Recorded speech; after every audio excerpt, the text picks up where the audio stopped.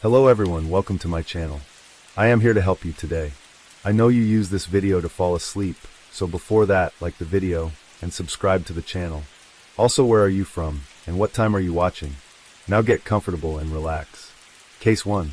On a cold winter morning in December 1995, the bodies of 3 men were discovered inside a parked Range Rover situated down a small farm track in the village of Rettendon in Essex, England.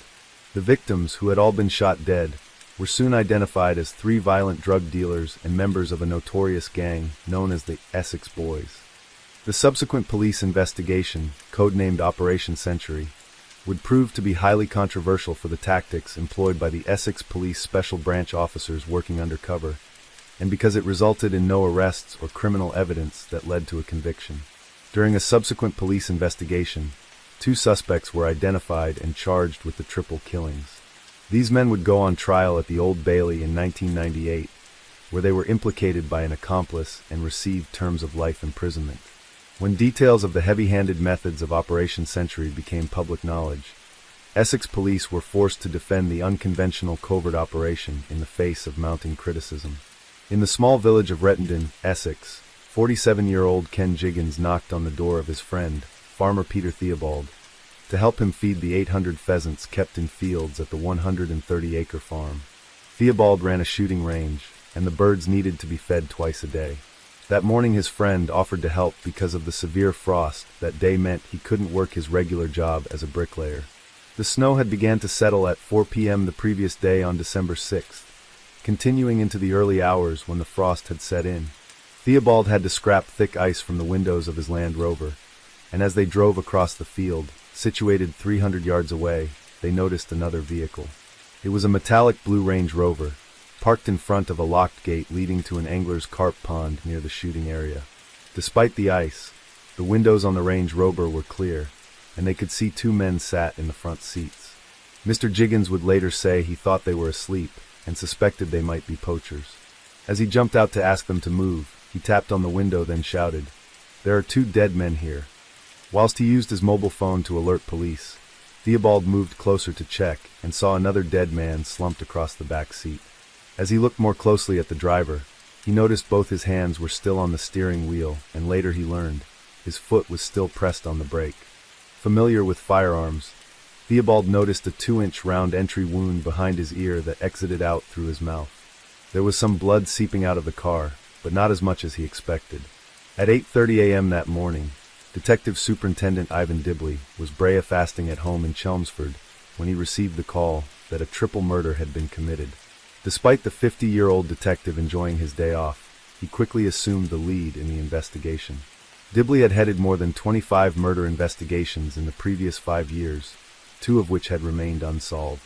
Throughout 1995, he had cleared up 10 murders in the previous months, but the Rettendon investigation would be his first triple murder inquiry, but also his biggest and last case, as he was due to retire at the end of April after serving for 32 years in the force.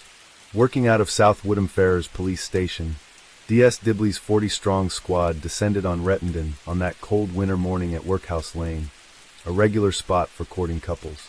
Arriving on the scene, they found the bodies of 3 men, each of whom had been shot twice in the head at close range with what appeared to be a 3-round pump-action 12-bore shotgun.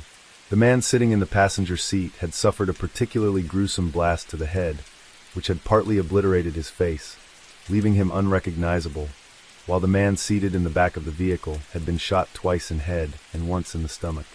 It had all the hallmarks of a cold-blooded execution, and detectives attempted to piece together the sequence of events and determine whether the killer or killers had been seated in the Range Rover with the victims, or had ambushed the men from outside the vehicle, blasting them to death before they realized what was happening.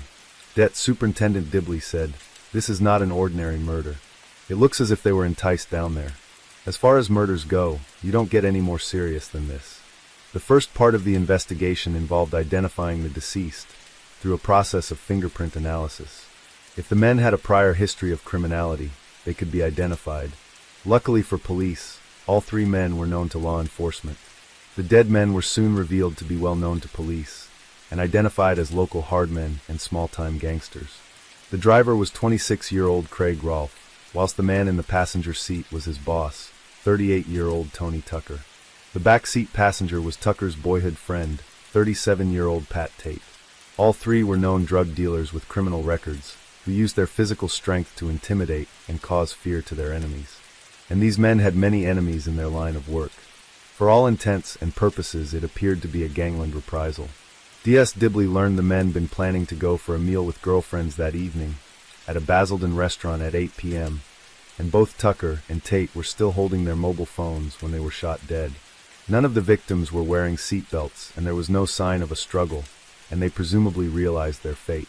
Some believed it might have been a professional hit, because 2 of the victims died within 2 seconds, while the third, the backseat passenger Pat Tate, had possibly saw what happened to his 2 companions and attempted to escape, but was killed soon afterwards. It was strongly suspected they were summoned to a meeting by someone they trusted. But what wasn't clear was why Workhouse Lane was chosen as the meeting place. Although the area was quiet, it was not deserted, with the farmhouse less than 300 yards away. A nearby pond was often used by drug smugglers to place hidden stashes under the water, so the area may have been familiar to the victims. None of the men were armed when their bodies were discovered, and Pat Tate traveled almost everywhere with a gun.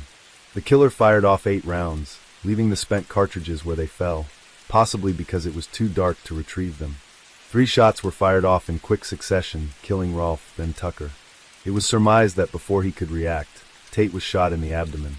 The gunman then reloaded the shotgun, before shooting him twice in the head, and for good measure then fired another shot each into the already dead Tucker and Rolfe. Dibley believed Tate was the target, the others were merely collateral damage. Some believed it might have been a professional hit, because 2 of the victims died within 2 seconds, while the third, the backseat passenger Pat Tate, had possibly saw what happened to his 2 companions and attempted to escape, but was killed soon afterwards. It was strongly suspected they were summoned to a meeting by someone they trusted. But what wasn't clear was why Workhouse Lane was chosen as the meeting place. Although the area was quiet, it was not deserted, with the farmhouse less than 300 yards away. A nearby pond was often used by drug smugglers to place hidden stashes under the water, so the area may have been familiar to the victims. None of the men were armed when their bodies were discovered, and Pat Tate traveled almost everywhere with a gun. The killer fired off 8 rounds, leaving the spent cartridges where they fell, possibly because it was too dark to retrieve them. 3 shots were fired off in quick succession, killing Rolfe, then Tucker. It was surmised that before he could react, Tate was shot in the abdomen. The gunman then reloaded the shotgun, before shooting him twice in the head, and for good measure then fired another shot each into the already dead Tucker and Rolfe. Dibley believed Tate was the target, the others were merely collateral damage.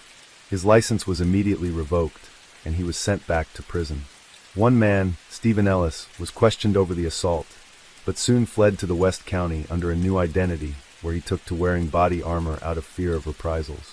During his incarceration, Tate's second-hand car business was looked after by his friend Tucker, who gave him a job upon his release from prison. Tucker was running a drugs Francis operation and offered him a position. Known as a violent bully, Tate was described by his own mother as a liability who was often high on drugs, which made him paranoid and unpredictable. The night before he was murdered at Rettendon, Tate had telephoned the London Pizza Company in Basildon. He aggressively demanded a specially made pizza with 4 different toppings on each quarter. The manager, 21-year-old Roger Ryle, was busy and annoyed by the caller's attitude and hung up. Within minutes, Tate turned up at the store. There he picked up the till and smashed it against the wall, then punched Ryle and smashed his head into a glass plate on the sink of the bathroom. Ryle, like many others who encountered Tate, refused to press charges. One associate said of Tate, "A room would darken when he entered it." It was suspected by detectives that the first to die was the driver, Craig Rolfe.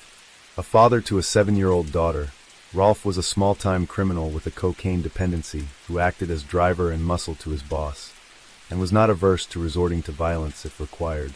Born in London's Holloway prison, Rolfe was, according to his neighbors, a keen motorist who always had different cars on his drive as though he was a car dealer.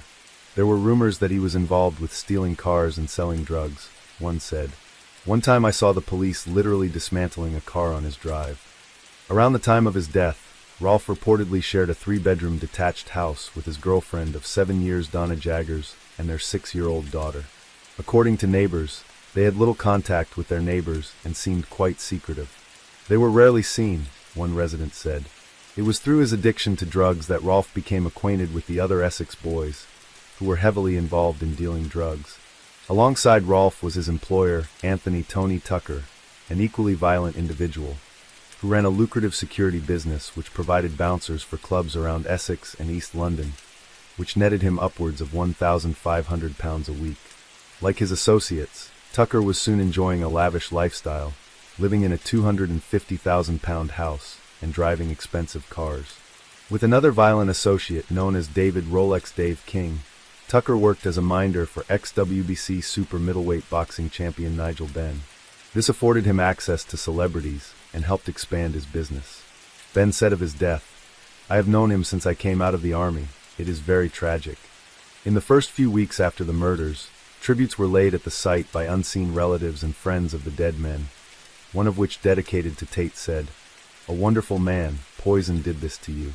However, many locals believed the three drug dealers had got what was coming to them. D.S. Dibley said, "The public aren't too happy either about so much time being spent on such lowlife. But my job isn't to moralize. The killers have to be caught. There has been no tit for tat yet, and it has surprised me a little. But some intelligence indicates the families are keen to give us a chance to sort it out." None the families of the dead men cooperated with police inquiries, and Dibley believed they had a good idea who committed the murders, but were scared. Alongside Rolfe was his employer, Anthony "Tony" Tucker, an equally violent individual, who ran a lucrative security business which provided bouncers for clubs around Essex and East London, which netted him upwards of £1,500 a week. Like his associates, Tucker was soon enjoying a lavish lifestyle, living in a £250,000 house and driving expensive cars. With another violent associate known as David "Rolex Dave" King, Tucker worked as a minder for ex-WBC super middleweight boxing champion Nigel Benn. This afforded him access to celebrities and helped expand his business. Ben said of his death, "I have known him since I came out of the army. It is very tragic." In the first few weeks after the murders, tributes were laid at the site by unseen relatives and friends of the dead men, one of which, dedicated to Tate, said, "A wonderful man, poison did this to you." However, many locals believed the three drug dealers had got what was coming to them. D.S. Dibley said, "The public aren't too happy either about so much time being spent on such lowlife. But my job isn't to moralize. The killers have to be caught. There has been no tit for tat yet, and it has surprised me a little. But some intelligence indicates the families are keen to give us a chance to sort it out." None the families of the dead men cooperated with police inquiries, and Dibley believed they had a good idea who committed the murders, but were scared. This led to the theory that the murders of the Rettendon drug dealers were revenge for her death. Essex police received information on January 1st, 1996, from a detective from Exeter CID, who phoned in and said he had an underworld contact who believed he knew why the three men were killed. The subsequent report said, "He has contact with a person who has a good connection with the drugs world in the London and Kent areas. This person is alleged to have taken over the work which Tate, Tucker and Rolfe were running. This work started at Christmas time and is still current. The contact has stated that they were shot because they owe the firm £60,000 The document added, "He has lots of phone inquiries in hand, which say can be connected with our murder inquiry." The man, who was 36 at the time, was described as a doorman/bodybuilder type and an associate of the North London Adams crime family. At the time he was remanded in custody in Brixton Prison, and he is believed to be well connected and involved in the supply of cocaine. He is also known to be a man of extreme violence and suspected of being involved in the shooting murder of a man called Martin in Rothyhithe and the stabbing attempted murder of a man called Marcus Williams at a youth club in London. Information on another potential suspect was provided on February 1996 by Mrs. Linda Millard, originally from Essex, who detailed for police her suspicions about his involvement in the Essex boys' murder. While staying at a friend's house, Mrs. Millard confided to a friend about her suspicions. She detailed to her about overhearing the man, who lived in Dorset at the time, on the phone after news broke on the murders. The police report said she thought he had some knowledge of / involvement in the killings. Mrs. Millard claimed the man had 4 or 5 properties in Essex, and one is Dorset, and would often travel to Portugal. The report added, Millard believed he was involved in funding drugs, counterfeit perfumes, and pornographic videos. While at her friend's home, She passed evidence on to the police, and some 10 days after she arrived there. On March 1st, 1996, the man in question found where she was staying, and she went missing the same day. Her car had been found on top of the cliffs at Battery Point, Portishead near Bristol, with her shoes, handbag, and car keys locked inside the boot. It was nearly 3 months after the murders, and just several days after she had raised her concerns, but no body was found, and it remained a missing person case. Her family were convinced she did not commit suicide, and there may have been foul play involved in her disappearance. Essex police were notified by Avon and Somerset police about the claims of Mrs. Millard 2 days after she vanished. A former Essex business associate of the man, not publicly named from the police report, who was involved with him in property development, said, "I have not seen him for about 15 years. He was going to join me in a development in Portugal, but pulled out. I know the police spoke to him at the time, but he had done nothing wrong. He would not be involved in anything like that." The man did say he was aware the suspect had an interest in pornography. A police spokeswoman said, "During inquiries we spoke to a man who voluntarily allowed a search of his home, and no evidence of wrongdoing was found, and no further action was taken." The case Mrs. Linda Millard's disappearance remains an ongoing missing person case. The father of Leah Betts, a retired Met firearms officer, was even pulled in for questioning over the shootings. Paul Betts said, "I nearly got nicked for the murders. At the time I was running a clay pigeon shooting business, and the police took all my guns. But I hadn't heard of any of the murdered 3. Another London-based gangster, Billy Jasper, admitted to detectives he was the real killer's getaway driver. When he was arrested for armed robbery, he told Met detectives he was given £5,000 to drive a hitman, referred to only as Mr. D, to the murder scene. But Jasper was never charged. Police suspected a link between the murders and £500,000 worth of cannabis found in a farmer's pond in West Hanningfield. The drugs, found in 53 black packets that had reportedly been dropped from an aircraft. These were found by farmer Jens Hostrup and recovered by Essex Police's underground search unit. Det Superintendent Dibley went on record to say, "I strongly believe there was a connection between the cannabis in West Hanningfield and this case." The investigation into the Rettendon murders soon took a darker turn when Essex Police launched a sting operation known as Operation Century, which was masterminded by Detective Superintendent Ivan Dibley and assisted by the Royal Ulster Constabulary Special Branch. The purpose of the operation was to bring pressure to those people who were suspected of having knowledge about the triple murder. The operation was timed to coincide with the February 1996 bombing of Canary Wharf, which was a renewal of the Irish Republican bombing campaign in mainland Britain. While the Rettendon murders had no connection to the IRA or the bombing, Essex and RUC Special Branch used it as a pretext for issuing threats and intimidation as part of their undercover operation. Essex suspects and their families were subjected to harassing telephone calls. These were made by Belfast Special Branch officers from Ireland, who would pose as Republican drug runners claiming they had funded the criminal activities of the Rettendon murder victims and were still demanding payment from their families. This deception failed, and the suspects refused to meet with undercover officers. The phone calls contained extremely foul-mouthed and threatening language, and could have been interpreted by the suspects as death threats. One of the victims subjected to this was the live-in partner of one of the murdered men, with whom she had a young child. Donna Jaggers, the girlfriend of Craig Rolfe, would later admit that she had no idea these terror tactics were not being utilized by Belfast-based Republicans, and so she sought assistance from Essex Police, who informed her the calls were made from Belfast. She was also told that the terrorists had crossed into mainland Britain, and they were unable to track their movements.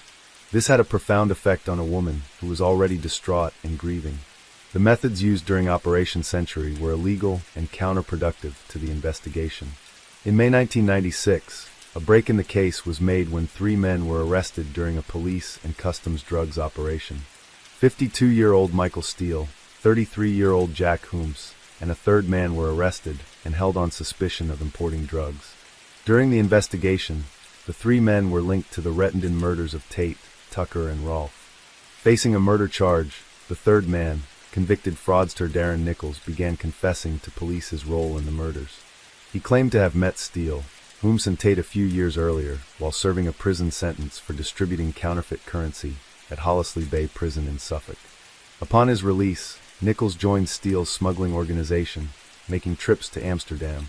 While there he purchased hundreds of kilos of cannabis, which he then drove to the Belgian coast. From there he would meet up with Steele's speedboat, and then the drugs were taken across the channel and deposited on the Essex coast.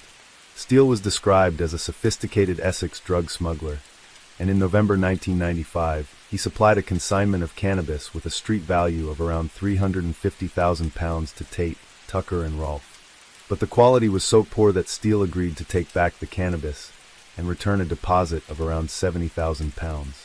The money was paid, but Tate denied getting it and also failed to return 1/3 of the drugs haul. When he protested, Tate threatened to shoot Steele after making him beg on his knees. A furious Tate boasted he would kill the smuggler in revenge for the incident, and Steele, who had developed a close relationship with Tate's ex-girlfriend, heard of the threats and decided he would move first. On the pretense of making amends, Steele offered Tate a share in a lucrative cocaine deal he was involved in with his friend Jack Hooms. 6 weeks before the murders, Steele contacted Nichols and asked him to get him a gun. He said Jack had a couple, but they didn't want to use those, and so Nichols said he asked a few people but failed to come up with anything. Tate, Tucker, and Rolfe were invited to look at the farmer's field where the alleged drug plane would land. Nichols claimed that as Rolfe's Range Rover approached the locked gate at the bottom of Workhouse Lane, Steele jumped out to open it. At the same moment, Jack Hooms, known as Steele's right-hand man, leaned in with a pump-action shotgun and began blasting the 3 men inside. Seconds later, Hooms was calling Nichols on his mobile and asked him to pick them up. He said it was only when they climbed into the back of his car, spattered in blood, that he realized what had happened. In his testimony, Nichols claimed that during the journey home, Steele had said, "They want fuck with us again." Nichols said he went on to say he felt like an angel of death, because he felt he had done everyone a favor by getting rid of these 3 men. "I think I knew all along that they were going to do it." After the murder, Nichols said he stopped smuggling in an attempt to distance himself from Steele and Hooms. However, fearing he was an accessory to the killings, Nichols said he had to continue selling drugs on Steele's behalf. He said when they realized he was becoming a weak link, they insisted he become more involved or face the consequences. Several says before their arrest, Nichols said both men had issued him with a particularly nasty threat. In late 1997, Michael Steele and Jack Hooms went on trial based on the testimony of Supergrass Darren Nichols. Charged with murder, Nichols said he knew the only way out was to tell the truth. He said, "When giving evidence at the trial, I couldn't look at them in the dock.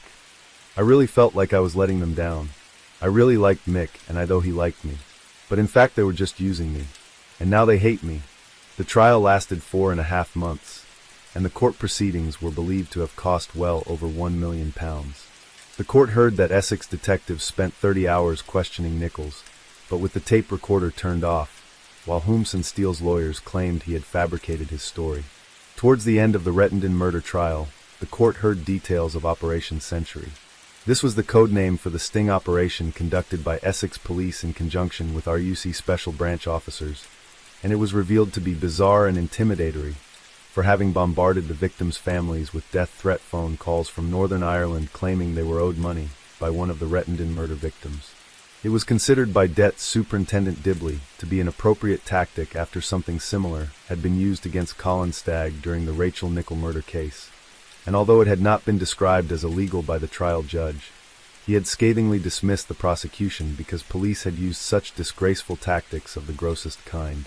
At the Old Bailey on January 20th, 1998, the jury deliberated the evidence for 4.5 days before returning guilty verdicts for both men. The weight of evidence had been mobile phone records used to corroborate the informant's testimony, the reliability of which were raised afterwards. Michael Steele and Jack Hooms were convicted of the 3 murders and given triple life sentences. Darren Nichols was placed in the Witness Protection Program, with new identities for him and his family. Nichols had broken the ultimate criminal code, that unwritten law that you never grass on your mates. A £250,000 price was placed on his head, and he would later say, "There's not much point in them killing me now. If I'm dead, that won't get anybody off. What they might try to do is scare me into saying I was lying in court, so keeping my true identity secret is as important as ever." In 2001, the Metropolitan Police commissioned an internal investigation into corruption codenamed Operation Tiberius. Completed by 2002, the official documents were leaked to the Independent newspaper in 2014. The operation was launched to investigation the evidence that certain organized criminals had infiltrated Scotland Yard through bribery. During the course of the inquiry, 42 serving and 19 former officers were investigated for alleged corruption, which resulted in few convictions. Criminal gangs were suspected of using their contacts inside Freemasonry to recruit corrupted officers, and the report concluded this was the most difficult aspects of organized crime corruption to proof against. The Metropolitan Police had long suffered endemic corruption, and because of the relatively small number of convictions, doubt has been expressed over the effectiveness of the investigation. With the revelations of Operation Tiberius, The Independent reported that some of Britain's most dangerous organized crime syndicates were able to infiltrate New Scotland Yard at will.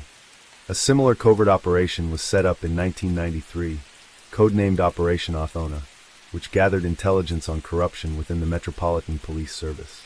However, the work and findings of that operation were kept separate from other intelligence operations, and almost all records of the operation were destroyed in 2001 or 2003.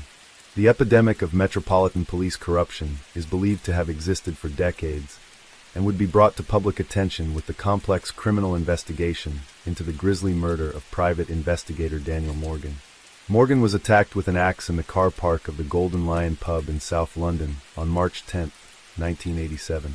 That case, as well as that of John Goldfinger Palmer, a criminal who was protected by corrupt officers, highlighted police collusion with criminal organizations.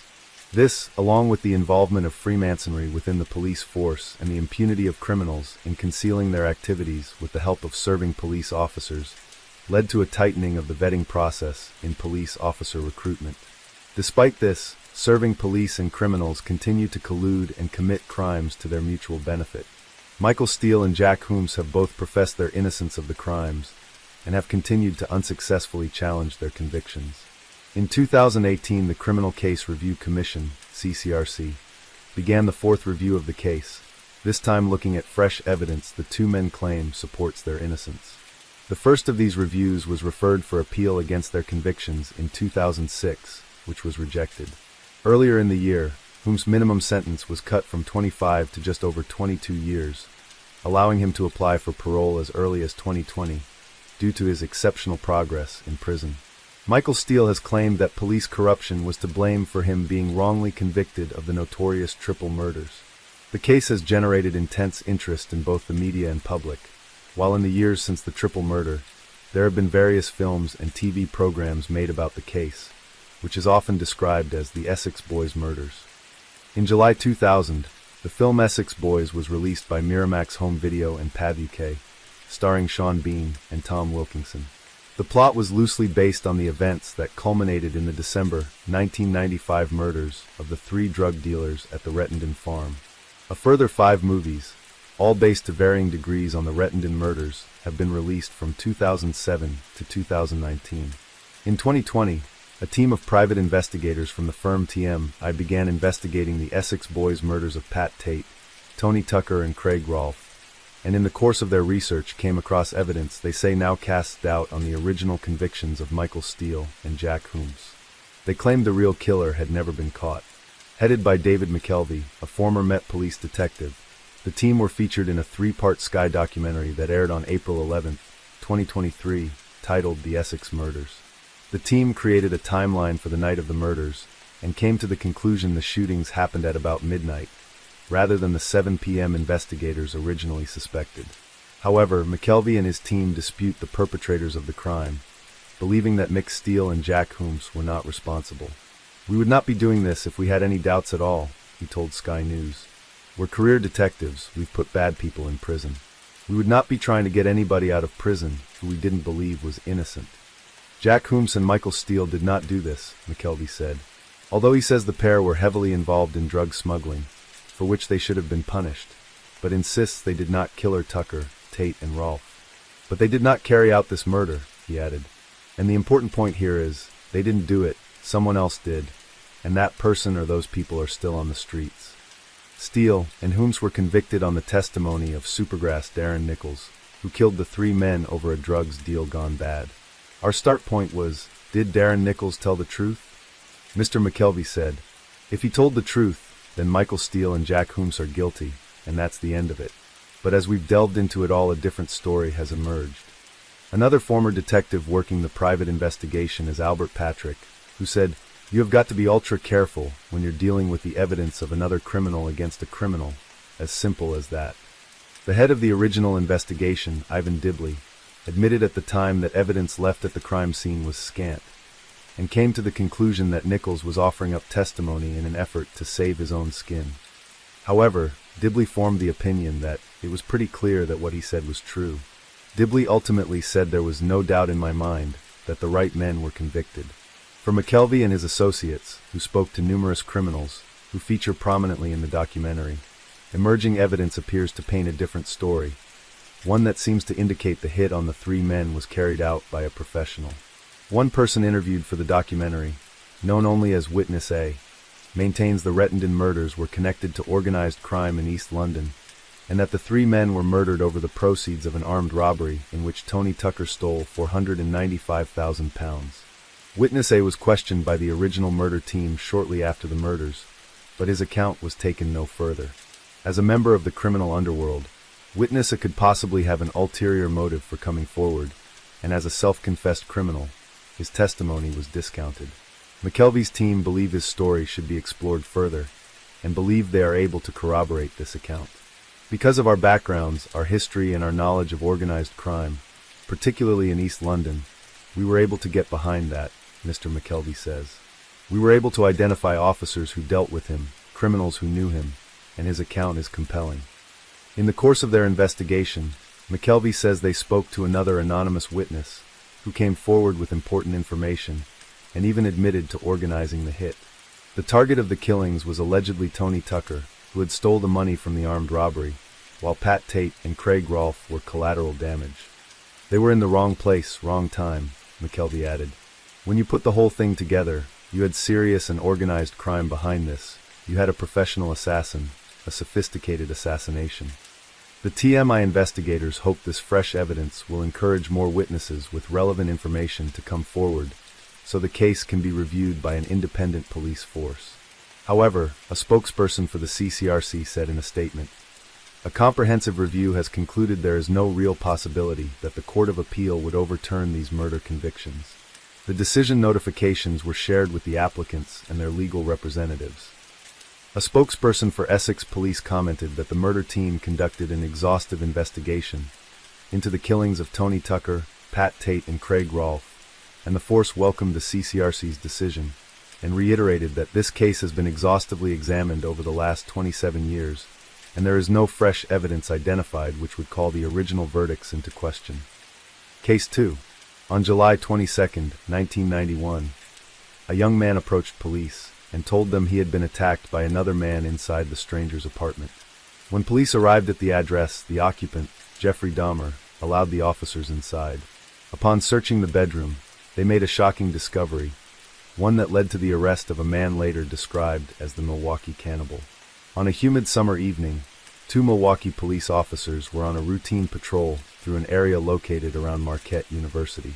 The high-crime region of North 25th Street was pungent that night, with garbage in the streets, urine and feces from the homeless, and the leftovers of the many restaurants, meaning the stink of the neighborhood in that oppressive heat was almost unbearable.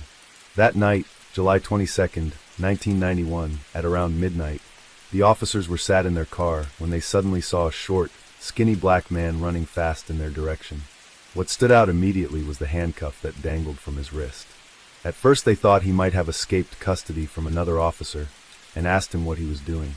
The man, 32-year-old Tracy Edwards, told them a strange story about someone he referred as a weird dude and freak, who had put the cuffs on him at an apartment. The officers at first suspected some sort of homosexual argument had taken place, an incident they would normally avoid. However, as the young man seemed panicked and genuine, they decided to check it out.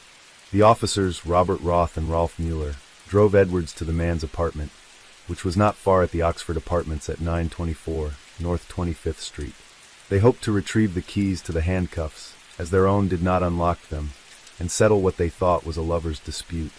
Arriving at the door to apartment 213, the officers were greeted by a pleasant-looking blond man.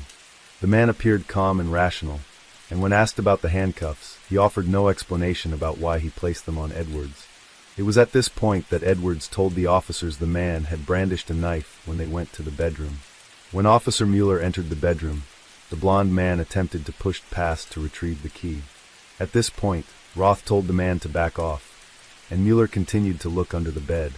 There, he found a large knife hidden beneath the bed. Reaching over to where a chest of drawers stood next to the bed, he opened the top drawer. Inside, he saw something he couldn't quite comprehend at first. It contained Polaroids, dozens of them, scattered inside. When he looked closer, he saw they depicted human bodies, many of which were in different stages of dismemberment. Some showed skulls in the refrigerator, and all appeared to have been taken within the apartment they were standing. Mueller grabbed a handful and walked out of the bedroom and showed them to his partner, telling him, "These are for real." When the placid blond man saw one of the officers holding the Polaroids, his demeanor suddenly changed. He became angry and started fighting the police, but was quickly overpowered by the two officers and cuffed with his hands behind his back. They called for backup, and then Mueller recalled the Polaroid showing the skull in the refrigerator. He walked over to where it was and pulled open the door. He recoiled when he saw a face staring back out at him, from a freshly severed head of black male propped up on the bottom shelf. Mueller slammed the door and turned around. "There's a fucking head in the refrigerator," he screamed to his partner. As the blond man lay pinned beneath Roth, he turned his head towards the officers and muttered to them, "For what I did I should be dead." As they looked around, the officers noticed how unusually clean and tidy the one-bedroom bachelor apartment had been kept. But they soon became aware of the almost overwhelming smell of decomposition. The blond man, identified as 31-year-old recently unemployed chocolate factory worker Jeffrey Dahmer, appeared to live alone at the apartment. The officers placed him under arrest and read him his Miranda rights. They didn't know it, but officers Mueller and Roth had just apprehended one of the most terrifying serial killers in American history. Born on May 21, 1960, in Milwaukee to Lionel and Joyce, Jeffrey Dahmer was very much wanted and adored by his parents. Despite the difficulties of his mother's pregnancy, Jeffrey grew into a normal, healthy and happy child who always loved to play with his wooden blocks and stuffed bunnies. Little Jeffrey gave his parents no cause for concern. He soon developed into a happy boy, although he did suffer an unusual number of ear and throat infections during his childhood. He loved animals, especially the family dog Frisky, his much-loved pet. Lionel recalled how they once released back into the wild a bird the three had nursed back to health after it suffered an injury. "I cradled the bird in my cupped hand, lifted it into the air, then opened my hand and let it go. All of us felt a wonderful delight," Lionel remembered. Jeff's eyes were wide and gleaming. It may have been the single happiest moment of his life. During his childhood, the family moved to Iowa, where Lionel worked on his PhD at Iowa State University. Lionel, who was of German and Welsh ancestry, was a Marquette University chemistry student and later a research chemist, while Joyce, who had Norwegian and Irish ancestry, worked as a teletype machine instructor.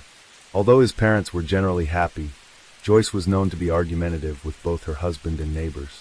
Lionel shared an incident from Jeffrey's childhood, something that happened when he was 4, which had a profound effect on the young boy. His father was sweeping out from under their house one day the remains of some animals that had been killed by civets. As Lionel gathered the tiny animal bones, he remembers how Jeff seemed oddly thrilled by the sound they made. His small hands dug deep into the pile of bones. "I can no longer view it simply as a childish episode, a passing fascination. This same sense of something dark and shadowy, of a malicious force growing in my son, now colors almost every memory." At the age of 6, Jeffrey suffered from a double hernia and required an operation to correct the problem. His parents saw a change in him after this, and he never seemed to recover the same energy he had before. He seemed smaller, somehow more vulnerable. He grew more inward, sitting quietly for long periods, hardly stirring, his face oddly motionless, said his father. Around this same time, their son entered 1st grade. Because Lionel's studies kept him away from home for most of the day, the young Dahmer was left to the care of his mother, who had been described as a hypochondriac who suffered from depression. When Lionel was home, Joyce would demand his constant attention, spending most of the day in bed. This meant young Jeffrey was often left to his own devices. During one of their many arguments, she one day attempted suicide with Equinol. Jeffrey would later comment upon his childhood, about how lonely he was because neither parent spent much time with him. He described feeling unsure of the solidity of the family, and recalled there being much tension and arguments between his parents during his early years. In 1966, his father had completed his graduate work in Iowa and secured a job as a research chemist in Akron, Ohio. By that time, Joyce was pregnant with their second son, David, and Jeffrey was undergoing a change that his parents noticed. It was like a strange fear had begun to creep into his personality, a dread of others that was combined with a general lack of self-confidence. He was developing a reluctance to change, a need to feel the assurance of familiar places. The prospect of going to school frightened him. The little boy who'd once seemed so happy and self-assured had been replaced by a different person, now deeply shy, distant, nearly uncommunicative. At school he was known as quiet and timid, and appeared to show all the signs of abandonment. Lionel Dahmer suspected the move from Iowa had had a greater effect on his son than he had realized, and considered it a normal reaction to being uprooted from his familiar settings and faced with entirely new ones. Considering Lionel too had suffered from shyness, insecurity, and grew introverted when he was a child before overcoming it, gave him an understanding of what his son was experiencing. He believed Jeffrey would overcome these hurdles in much the same way he had done. But Lionel failed to realize that Jeffrey's childhood peculiarities were far more serious, and that, he recalled, Jeff had begun to suffer from a near isolation. In April 1967, the family bought a new house, and their son appeared to adjust better to this new move. He soon developed a friendship with a boy named Lee, and became fond of one of his teachers. One day young Jeffrey took her a bowl of tadpoles he had caught. When he later discovered the teacher had given them to his friend Lee, Jeffrey sneaked into Lee's garage and killed the tadpoles with motor oil. His father too saw a change in his appearance over time. His posture, and the general way in which he carried himself, changed radically between his 10th and 15th years. The loose-limbed boy disappeared, and was replaced by a strangely rigid and inflexible figure. He looked tense, his body very straight. He grew increasingly shy during this time, and when approached by other people, he would become very tense.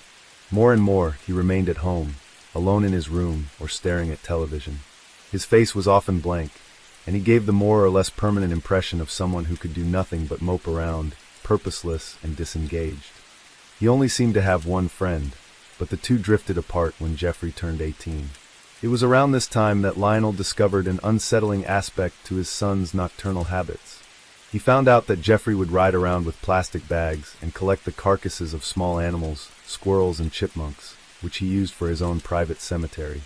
He would strip the flesh from the bodies of these putrescent roadkills, and even mount a dog's head on a stake, Lionel said.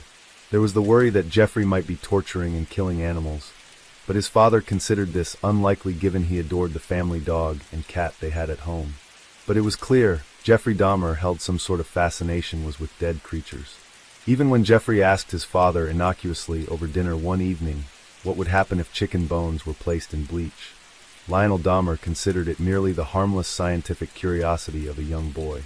He went on to demonstrate to his son how to safely bleach and preserve animals' bones, which Jeffrey began doing to his own collection of remains. One of his friends later recalled how Jeffrey explained that he was curious how animals fit together. One friend was shown the carcass of a dog that had been impaled by its skull to a stick. Dahmer said he found it, but later it was learned he had decapitated the dead animal and placed it in the woodland behind his house as a prank. In exploring his strange obsession with the dead, Jeffrey Dahmer grew increasingly isolated and his personality more passive. His conversation narrowing to the practice of answering questions with barely audible one-word response, his father recalled.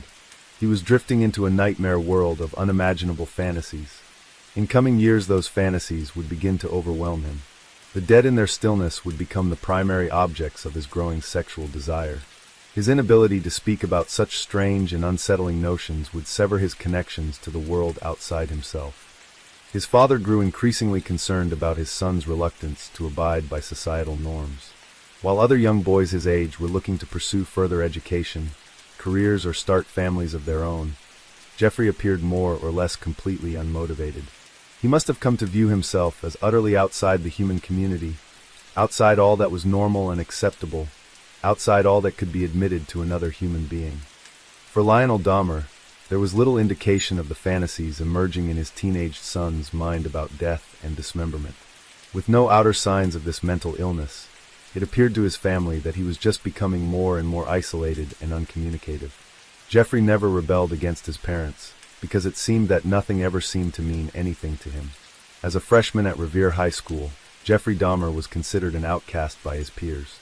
With his mother taking increasing amounts of drugs and isolating herself from her husband and son, Jeffrey began coping with his own increasing isolation by drinking beer and spirits during the daytime, often concealing his alcohol inside his jacket at school. When one of his classmates saw him drinking scotch during a morning history class, Dahmer simply shrugged his shoulders and said it was my medicine. His grades at school were average, and he did participate in a few activities such as tennis and also worked on the school newspaper. However, he was considered a loner and alcoholic by his classmates. Although he was mostly uncommunicative in his freshman year, Dahmer was considered polite by teachers who saw him as a highly intelligent young man who never aspired to apply himself to his studies. He did have a partner for his school prom, something that surprised Lionel and Joyce, and later invited her over to his parents' house for a séance. His classmates remember a stunt Jeffrey pulled that got him included in the yearbook photo of the members of the National Honor Society, of which he was not a member. When the school staff caught the prank in time, his photo was blacked out.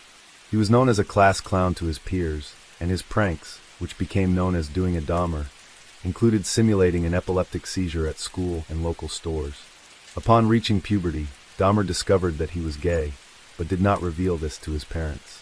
He even had a brief relationship with another teenage boy, but the two did not engage in sexual intercourse. By his mid-teens, his fear of abandonment and neglect by loved ones manifested itself into a prominent sexual fantasy. This became one of his masturbatory fantasies that involved dominating and controlling a partner who was completely sexually submissive to his desires. This also developed into a fetish for the torso and chests of young men, something that gradually became intertwined with his interest in dissection and death. By the age of 16, Dahmer had taken notice of a particular male jogger who passed by his house, and in turn developed a fantasy whereby he would render the man unconscious, then explore his body. He even went so far as to lie in wait for the man, concealing himself in bushes with a baseball bat. However, the jogger did not pass on that particular day. By 1977, Dahmer's drinking had reached such an extent that his grades began to decline. His parents hired a private tutor, but this had limited success. As he became more passive, his parents went through a crisis. In an attempt to save their marriage, the Dahmers attended cuddling sessions, but the arguments persisted. The end came when Lionel learned that Joyce had had a brief affair in September 1977. They decided to divorce, telling their sons that the decision had been amicable. The divorce soon became increasingly bitter, and Lionel moved out of the family house in early 1978. A custody battle ensued over their younger son David. In May 1978, Jeffrey graduated from high school. Several weeks earlier, he had been caught by a teacher drinking in the school parking lot.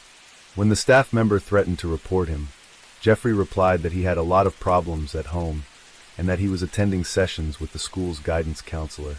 Around the same time, Joyce Dahmer had, against a court order, moved out of the family home and took their son David to live with relatives in Chippewa Falls, Wisconsin. Jeffrey, who at 18, was left alone in the family home. His parents' divorce was complete by July 1978, with Joyce retaining custody of David.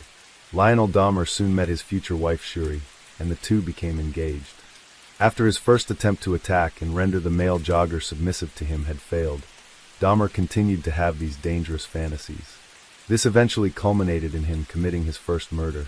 3 weeks after his graduation, on June 18, 1978, he picked up a hitchhiker on his way to a rock concert at Chippewa Lake Park. Stephen Hick, who was almost 19, agreed to accompany Dahmer to his house, with the promise of a few beers. Dahmer later confessed that the sight of the bare-chested young man at the roadside had ignited his sexual fantasy, and with the house to himself, he decided to act upon his fantasy. However, during the journey to his house, Hicks began talking about girls, and Dahmer knew that any attempt at sexual advances would be rebuffed.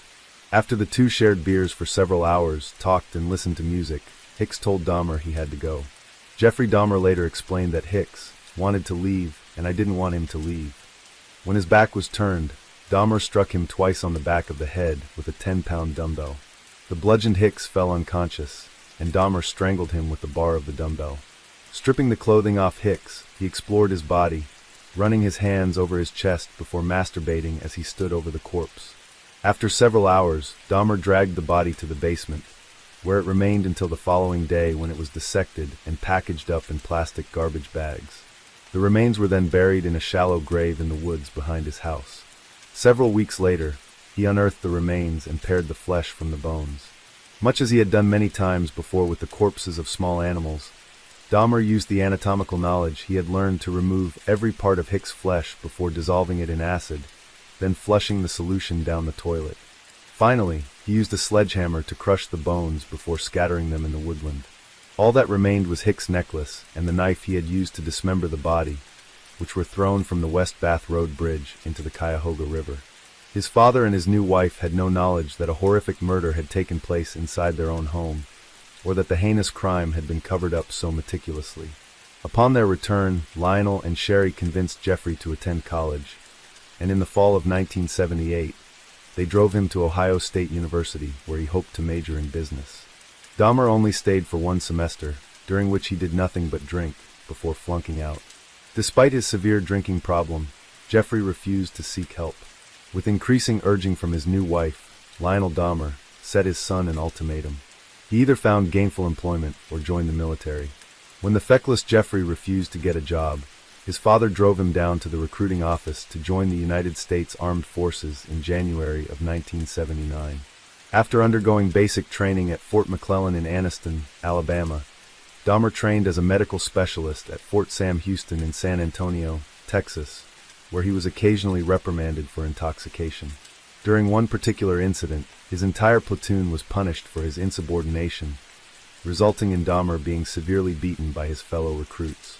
On July 13, 1979, he was deployed to Baumholder, West Germany, where he served as a combat medic in the 2nd Battalion, 68th Armored Regiment, 8th Infantry Division. A report on his first year of service described him as an average or slightly above average soldier. He did not kill anyone during his Army service, something that was corroborated by an exhaustive investigation by the German police. When asked after his arrest if he had engaged in willing homosexual relations or commit sexual assault while stationed in Germany, Dahmer told both police and psychiatrists that he did not. However, 2 soldiers later came forward and claimed to have been raped by Dahmer while in the Army. One claimed to have suffered repeated abuse over a 17-month period while stationed with Dahmer at Baumholder. Another solider said Dahmer had drugged and raped him, an act that occurred inside an armored personnel carrier in 1979. With his alcohol abuse only getting worse, his performance deteriorated. In March 1981, he was assessed and deemed unsuitable for military service and discharged from the Army. Despite his less than exemplary service, he received an honorable discharge, and it was the opinion of his superiors that any problems he had in the Army would not apply in his civilian life. On March 24, 1981, Dahmer was sent to Fort Jackson, South Carolina, for debriefing and given a plane ticket to travel anywhere in the country. He chose to go to Miami Beach, Florida, rather than return to his father. He wanted to live by his own means, and was also tired of the cold weather. While in Florida, Dahmer got a job at a sandwich shop and rented a room in a nearby motel. Spending most of his money on alcohol, he was soon evicted from the motel after he failed to pay the rent.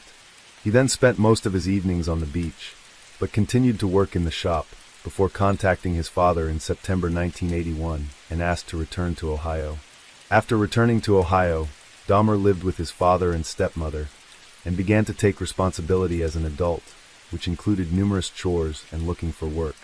However, he continued to drink heavily, and 2 weeks after his return, he was arrested for drunk and disorderly conduct, for which he was fined $60 and given a suspended 10-day jail sentence.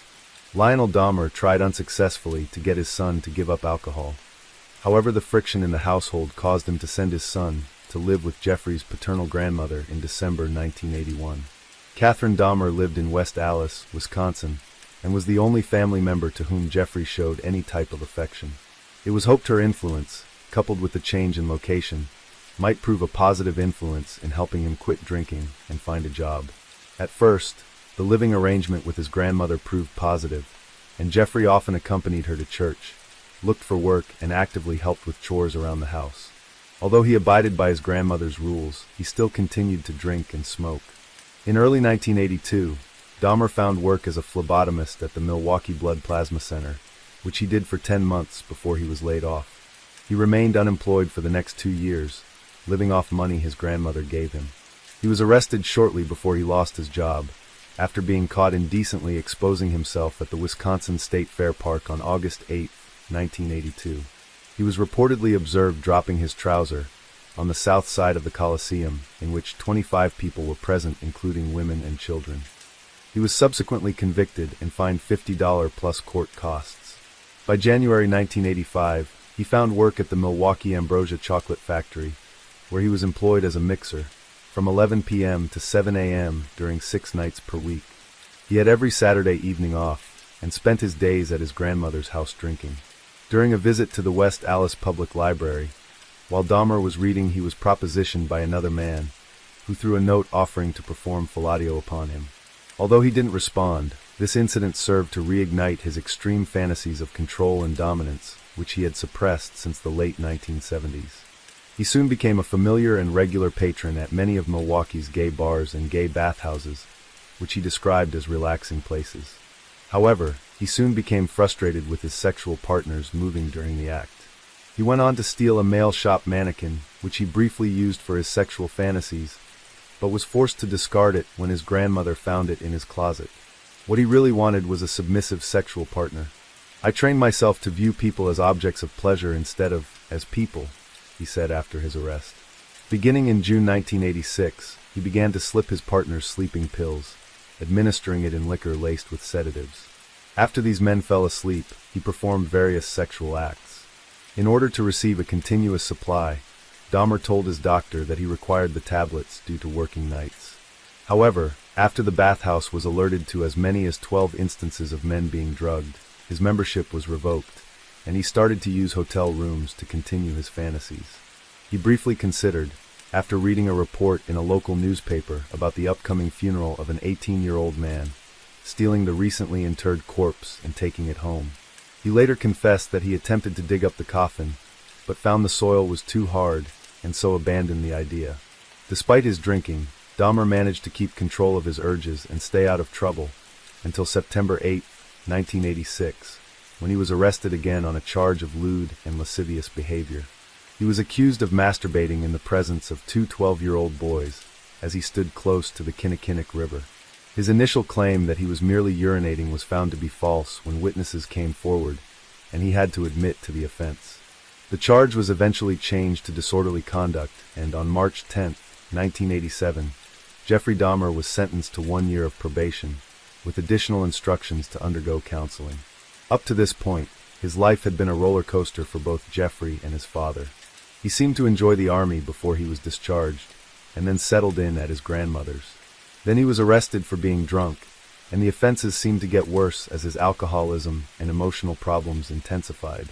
On November 20th, 1987, Jeffrey Dahmer was at a popular gay bar when he met Stephen Twomey, a 25-year-old man from Ontonagon, Michigan. The two men drank heavily, and Dahmer asked Twomey to accompany him to the Ambassador Hotel in Milwaukee, where he had rented a room for the evening. By the morning, Dahmer found his guest was dead. Dahmer stated years later that he didn't know how he killed him, and that he had no intention of hurting Stephen Twomey, but simply wanted to drug him and then lay beside and explore his body. With blood coming from his mouth, Dahmer saw that Twomey's chest was crushed in and black and blue. With his own forearm and fists heavily bruised, Dahmer said that he could not believe this had happened.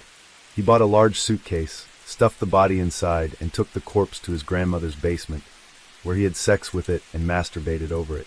During the course of the next week, he dismembered the body before throwing it in the garbage. In much the same way he had disposed of Stephen Hicks' remains, Dahmer pounded the bones with a sledgehammer. The whole process of dismemberment and disposal took Dahmer roughly 2 hours. The only part he kept was the head, which he wrapped in a blanket. After 2 weeks, he boiled the head in a mixture of soilax and bleach to try and retain the skull. This process caused the skull to become too brittle, and so Dahmer smashed it into pieces and disposed of it. The murder of Stephen Twomey was a pivotal moment in Dahmer's life, and instead of trying to suppress his urges and control his compulsions, he decided to actively seek out victims to satisfy his extreme lust for control and ghoulish desires. In his search for more victims and several months after his last murder, Dahmer met Jamie Dockstader, a 14-year-old Native American boy who hung around outside the gay bars, looking for relationships. After being lured to Dahmer's grandmother's house with an offer of $50 to pose for nude picture, Dockstader went willingly. Jeffrey Dahmer had, by this time, perfected his method for selecting and enticing his victims who were unaware of his intentions. Once they were at his home, they engaged in normal behavior together, watching videos and drinking beer. Some, like Dockstader, engaged in sexual activity with Dahmer before he slipped a sleeping tablet into his drink. James Dockstader was then strangled, and his body used by Dahmer, who either masturbated on it or had sex with the corpse. He left the body on the floor of the basement for a week before dismembering it, in much the same way he did with Stephen Twomey. All these remains were placed in the trash, except for Dockstader's skull, which had been kept as a souvenir. This was later bleached by Dahmer, who hoped to preserve it, but again it turned brittle, and he had to pulverize it with a hammer some 2 weeks later. 3 months after his third murder, Dahmer met Richard Guerrero, a handsome 22-year-old bisexual man of Mexican origin, on March 24, 1988, outside a gay bar called the Phoenix. Lured to his grandmother's house by offering him $50 to spend the night with him, Dahmer drugged the unsuspecting Guerrero and then strangled him with a leather strap. After he performed oral sex on the corpse, he dismembered the body within a 24-hour period and disposed of the remains in the trash. Once again he retained the skull, but had to dispose of that too within several months. On April 23, 1988, Dahmer lured a 13-year-old boy, Ronald Flowers Jr., to his grandmother's house. The two talked, and after drugging Flowers' drink and watching him as he drank, Dahmer heard his grandmother call out from upstairs. "Is that you, Jeff?" she asked. Although Dahmer replied that it was, his grandmother knew that he had company. Because of this, he was unable to murder Flowers, and so once he fell unconscious, he took him to the County General Hospital. By the summer of 1988, Jeffrey Dahmer had murdered and discarded 4 young men, all within the unassuming house owned by his grandmother. Although completely ignorant of what was transpiring in her basement, Catherine Dahmer was aware of the noise and drunken rowdiness of her grandson and the male friends he invited over, something she was not happy to entertain any longer. Because of his drinking and habit of bringing strange men over to her house, coupled with the odd smells emanating from the basement and garage, Dahmer's grandmother asked him to move out. On September 25, 1988, Jeffrey Dahmer moved into his own apartment at 808 North 24th Street in Milwaukee. 2 days later, Dahmer got into serious trouble. He approached and offered a 13-year-old Laotian boy $50 to pose for some nude pictures. After drugging the boy, he sexually fondled him, but did not go any further. In a strange, almost twisted coincidence, the young victim's name was Somsak Sinthasumphone, the older brother of one of Dahmer's later victims. When the boy returned home, his parents realized something was wrong and took him to the hospital, where it was confirmed he had been drugged. Jeffrey Dahmer was arrested at his place of work at the Milwaukee Ambrosia Chocolate Factory on charges of sexual exploitation of a child and second-degree sexual assault. Dahmer's father hired attorney Gerald Boyle to defend his son, who requested he undergo a series of psychological evaluations prior to his court hearings. The evaluations found that Dahmer harbored deep feelings of alienation, while a second evaluation, 2 months later, revealed Dahmer to be an impulsive individual, suspicious of others, and dismayed by his lack of accomplishments in life. His probation officer also referenced a 1987 diagnosis of Dahmer suffering from a schizoid personality disorder for presentation to the court. On January 30, 1989, Jeffrey Dahmer pleaded guilty to the charges of second-degree sexual assault and of enticing a child for immoral purposes, but claimed that he thought the boy was much older than he was.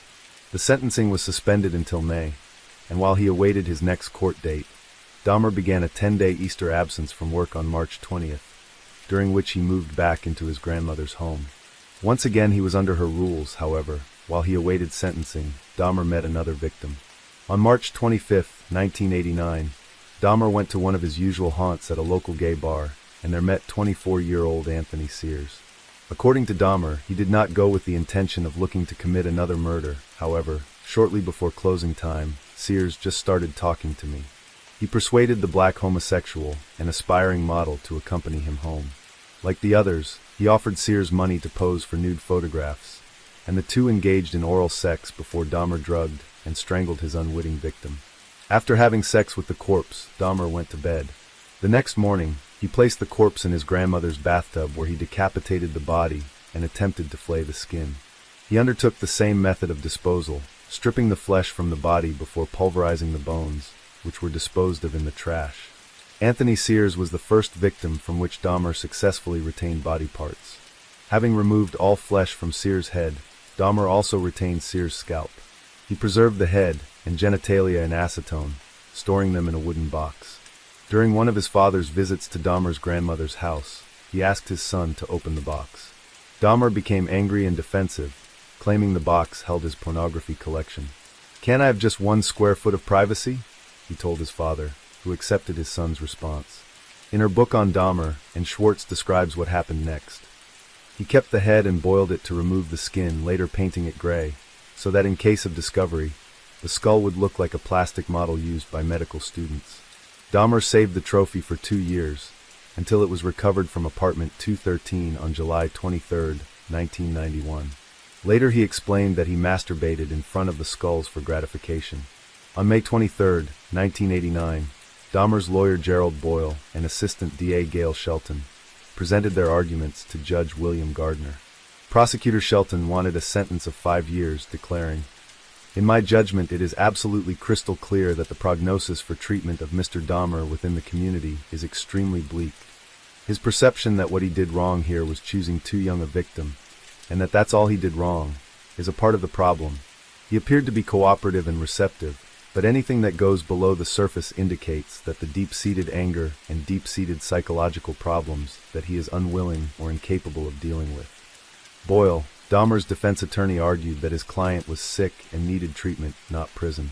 After an examination by 3 psychologists, all concurred that Dahmer was manipulative, resistant, and evasive. Hospitalization and intensive treatment was recommended. Dahmer himself spoke in his own defense, blaming his behavior on alcoholism. He was praised by Boyle for the fact that he had held down a job. "We don't have a multiple offender here. I believe that he was caught before it got to the point where it would have gotten worse, which means that it is a blessing in disguise." Before the judge, Dahmer appeared articulate and convincing. What he did not look like was someone who had, up to that point, committed the brutal murders of 5 young men, cutting their bodies up like cattle and disposing of the remains to ensure his freedom. Instead, Jeffrey Dahmer appeared contrite in his guilt of the crime for which he now stood before the judge. "What I have done is very serious. I've never been in this position before. Nothing this awful. This is a nightmare come true for me. If anything would shock me out of my past behavior patterns, it's this. The one thing I have in my mind that is stable and that gives me some source of pride is my job," said Dahmer. "I've come very close to losing it because of my actions, which I take full responsibility for. All I can do is beg you, please spare my job. Please give me a chance to show that I can tread the straight and narrow and not get involved in any situation like this ever again. This enticing a child was the climax of my idiocy. I do want help. I do want to turn my life around." The judge fell for Jeffrey Dahmer's lies and stayed his sentence, putting him on probation for 5 years. He was ordered to spend 1 year in the House of Correction under a work release program, which allowed him to go to work during the day and return to the jail at night. After 10 months, the judge granted him early release. This was despite a letter sent to the judge by Dahmer's father Lionel, who urged him to not release his son until after he had received treatment. In the meantime, Dahmer went back to live with his grandmother in West Allis in early March 1990, an arrangement which was conditional upon him finding his own place to live. On May 14, 1990, Dahmer moved to 924 North 25th Street, apartment 213. He now had his own space, where he could do as he pleased, live by his own rules, and not have to worry about any interference or fear of getting caught by someone. He was alone at last, alone to indulge in his macabre fantasies and further descent into isolation. As a fully fledged serial killer, Jeffrey Dahmer developed and refined his ritual for luring, killing, and disposing of his victims, which remained largely the same throughout his murder spree. He always carried out the same modus operandi by invited young, usually men back to his apartment, where they would either pose for photos or watch sexually explicit videos together. As they were distracted, Dahmer crushed up his prescribed sedatives and served them in drinks that caused his guests to fall unconscious.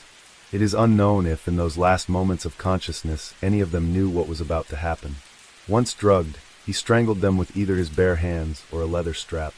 He frequently had sex with the bodies, and also masturbated on them. Once the sexual fantasy phase was over, Dahmer was faced with the dilemma of having to dispose of the corpses. However, before he began the cleanup, he used a Polaroid camera to take photos of his victims, capturing the entire experience so he could later remember and relive his fantasy. Then he cut open the torsos, aroused by the visceral sight of the blood and exposed flesh, and watched as the knife and saw cut into the arms and legs, severing them from the rest of the body, before finally removing the head and sometimes the genitals, and photographing the whole process to indulge later for his repeated viewing pleasure. Most of the bodies were disposed of in a similar way, but sometimes he experimented with various chemicals and acids, in an attempt to remove the flesh and bones that produced a black, foul-smelling sludge, which he could better pour down the drain. From some of the bodies, he chose to keep trophies. When he moved into his apartment, Dahmer took with him Anthony Sears' mummified head and genitals, which he had also kept in his locker at work, that was situated close to his new place. The furnished Oxford apartment, at $300 per month inclusive of all bills excluding electricity, was an economical bargain for the alcoholic Dahmer. There, he could keep the souvenirs of his crimes. In some cases, he kept the hands and preserved the genitals in formaldehyde. But mostly he kept the heads, in much the same way serial killer Ted Bundy had done with his own female victims. But Dahmer boiled the skull until it was devoid of flesh. Shortly after moving into 924 North 25th Street, Dahmer visited a local art store and purchased granite spray paint. He used this substance to spray paint the skull of Anthony Sears, as well as Sears' genitals, which he kept in his box. Dahmer wanted to disguise the skull, so anyone who visited him would think it was made of plastic. Within a week of moving into his new address, Dahmer claimed his sixth victim. Raymond Smith, also known as Ricky Beeks, was a 32-year-old prostitute who was lured to apartment 213 with the promise of $50 for sex. Given a drink laced with sleeping tablets, Smith fell unconscious and was manually strangled. The next day, Dahmer purchased his Polaroid camera and took several pictures of Smith's body in sexually suggestive positions before beginning the dismemberment process in his bathroom. This time he boiled the arms, legs, and pelvis in a steel kettle with Soilax, which allowed him to rinse the bones in his sink. The remainder of the skeleton, excluding the skull, was dissolved in a container filled with acid. The skull was spray-painted and placed alongside the skull of Sears, which sat upon a black towel inside a filing cabinet. These trophies were the beginning of a collection of skulls which Dahmer intended to use for a shocking purpose that only became known after his capture. Roughly a week after the murder of Raymond Smith, on or about May 27th, Dahmer invited another young man to his apartment with the intention to murder him as he had done his previous victims. However, on this occasion, Dahmer accidentally consumed the drink laden with sedatives intended for his guest. Upon waking the following day, Dahmer discovered that his intended victim had proceeded to steal several items of clothing, along with a watch and $300 in cash. This incident was never reported to police, but he did tell his probation officer on May 29th that he had been robbed. Naturally, Dahmer didn't want police to visit his apartment, which was rapidly filling up with human remains. On June 14, 1990, a 27-year-old acquaintance, Edward Smith, was lured to Dahmer's apartment where he was drugged and strangled. Rather than immediately acidifying the skeleton or repeating previous processes of bleaching, which had failed to preserve victims' skulls, Dahmer chose to place Smith's skeleton in his freezer for several months. Smith was last seen in the company of Dahmer at a party. Hoping it would remove the moisture from the skeleton, Dahmer resorted to acidifying it several months later when his experiment failed. When he placed the skull in the oven to try and dry it, the process caused it to explode, completely destroying the skull. Dahmer would later confess he felt rotten about his acquaintance's murder, but only as he could not retain body parts. Dahmer waited 3 months before seeking out his next victim, which occurred outside a bookstore on the corner of North 27th Street. There, he encountered Ernest Miller, a 22-year-old Chicago native who agreed to accompany Dahmer back to his apartment for $50. Miller allowed Dahmer's request to listen to his heart and stomach. When Dahmer attempted to perform oral sex, Miller told him, "That'll cost you extra." He was then offered a drink laced with sleeping pills. Because he only had 2 pills this time, Dahmer decided to kill Miller by slashing his carotid artery, using the knife he normally used to dissect his victims, and then watched for the next 10 minutes as Miller bled out. The body was posed by Dahmer, who took Polaroid photographs before placing it in his bathtub, where it was dismembered.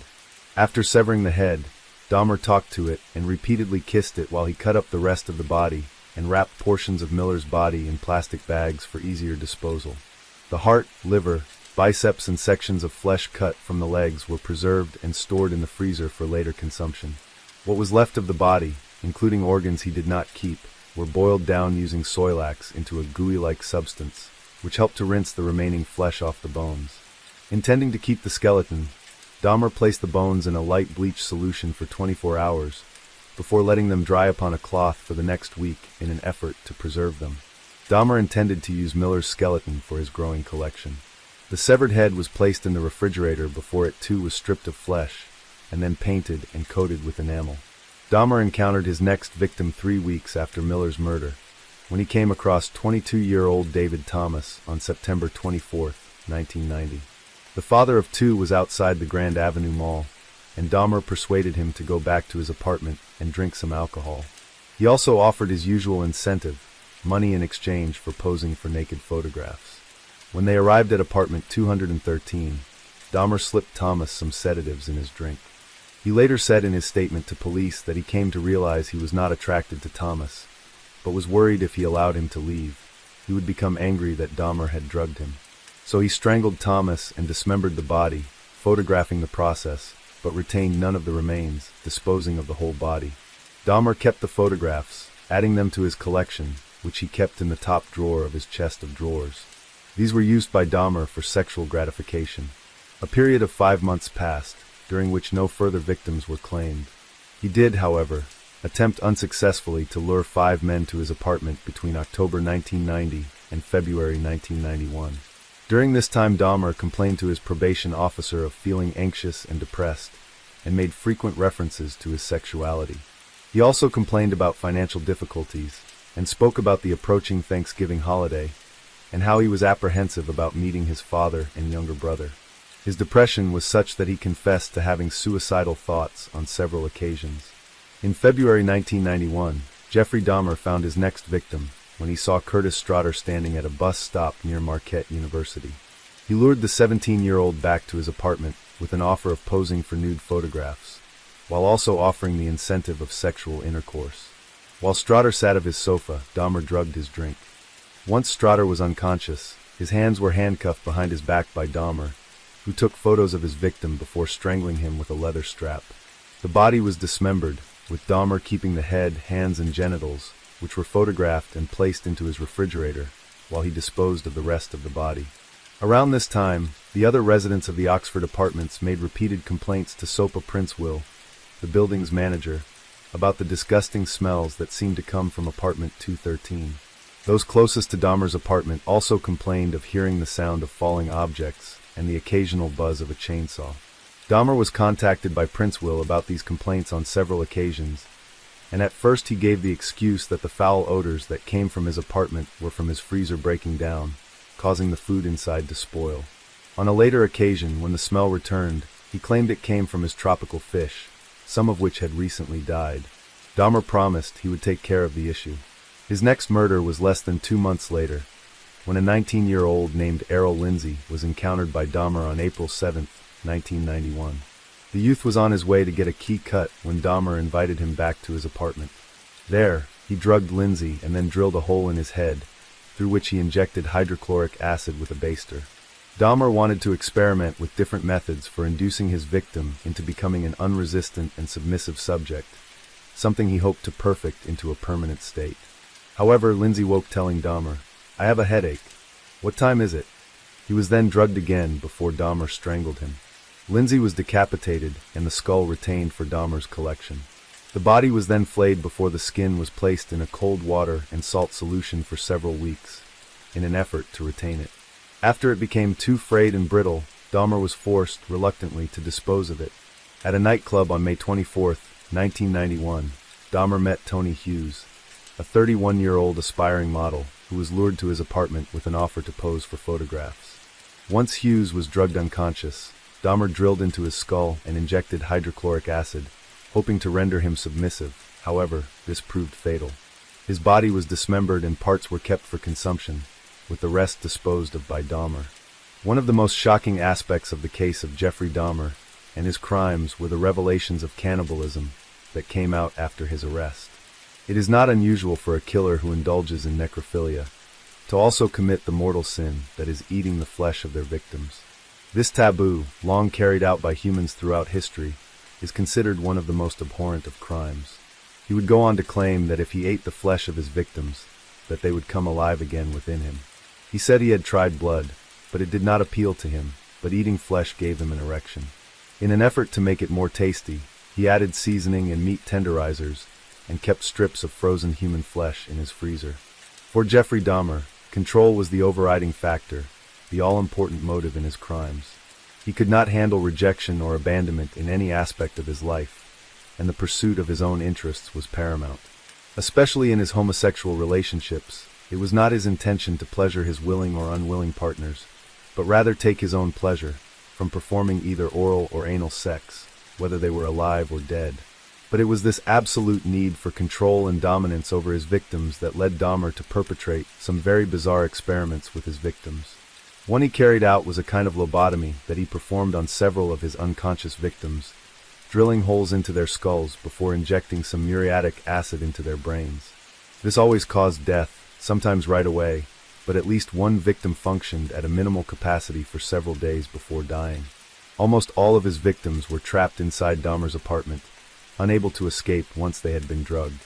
However, at least one victim did manage to escape, but his story is perhaps one of the most tragic. On the afternoon of May 26, 1991, while Dahmer was walking down Wisconsin Avenue, he encountered a 14-year-old Lao teenager, Konorak Synthesumphone. Unbeknown to Dahmer at the time, Konorak was the younger brother of the boy he had molested back on September 27, 1988, and for which he had received 5 years probation. Dahmer made his usual offer to Synthesumphone, money in exchange for accompanying him to his apartment to pose for Polaroid pictures. Initially reluctant, Konorak seemingly changed his mind and went with Dahmer to apartment 213, where he posed for 2 pictures in his underwear before Dahmer slipped him some sleeping pills. Before he fell unconscious, Dahmer led the boy into his bedroom. There, laid out naked on the floor, was the body of Tony Hughes, whom Dahmer had killed 3 days earlier. Dahmer later claimed he believed that Synthesumphone saw this body, yet the boy did not react to seeing the bloated corpse, most likely because the sleeping pill had already started to take effect. After drugging him, Dahmer performed oral sex as he lay unconscious. As part of his desire to ensure a completely submissive partner, Dahmer drilled a single narrow hole into the crown of Konorak's skull, through which he injected hydrochloric acid into the frontal lobe. Dahmer then drank several beers as he lay alongside the comatose boy. At some point he fell asleep, then woke and left the apartment where he drank at a bar and then purchased more alcohol at a local store. Unknown to Dahmer, shortly after he left his apartment, Konorak Synthesumphone began to regain consciousness and managed to rise to his feet and, naked and disorientated, opened the door and walked outside. At just before 2 a.m., a young woman, Sandra Smith, called 911 to report that a boy was running around but naked, and she didn't know who he was but that he was injured and terrified. Not long after, a tall blonde man arrived and walked over to where Synthesumphone was sitting naked on the corner of 25th and State, talking in Lao, with 3 distressed young women standing near him.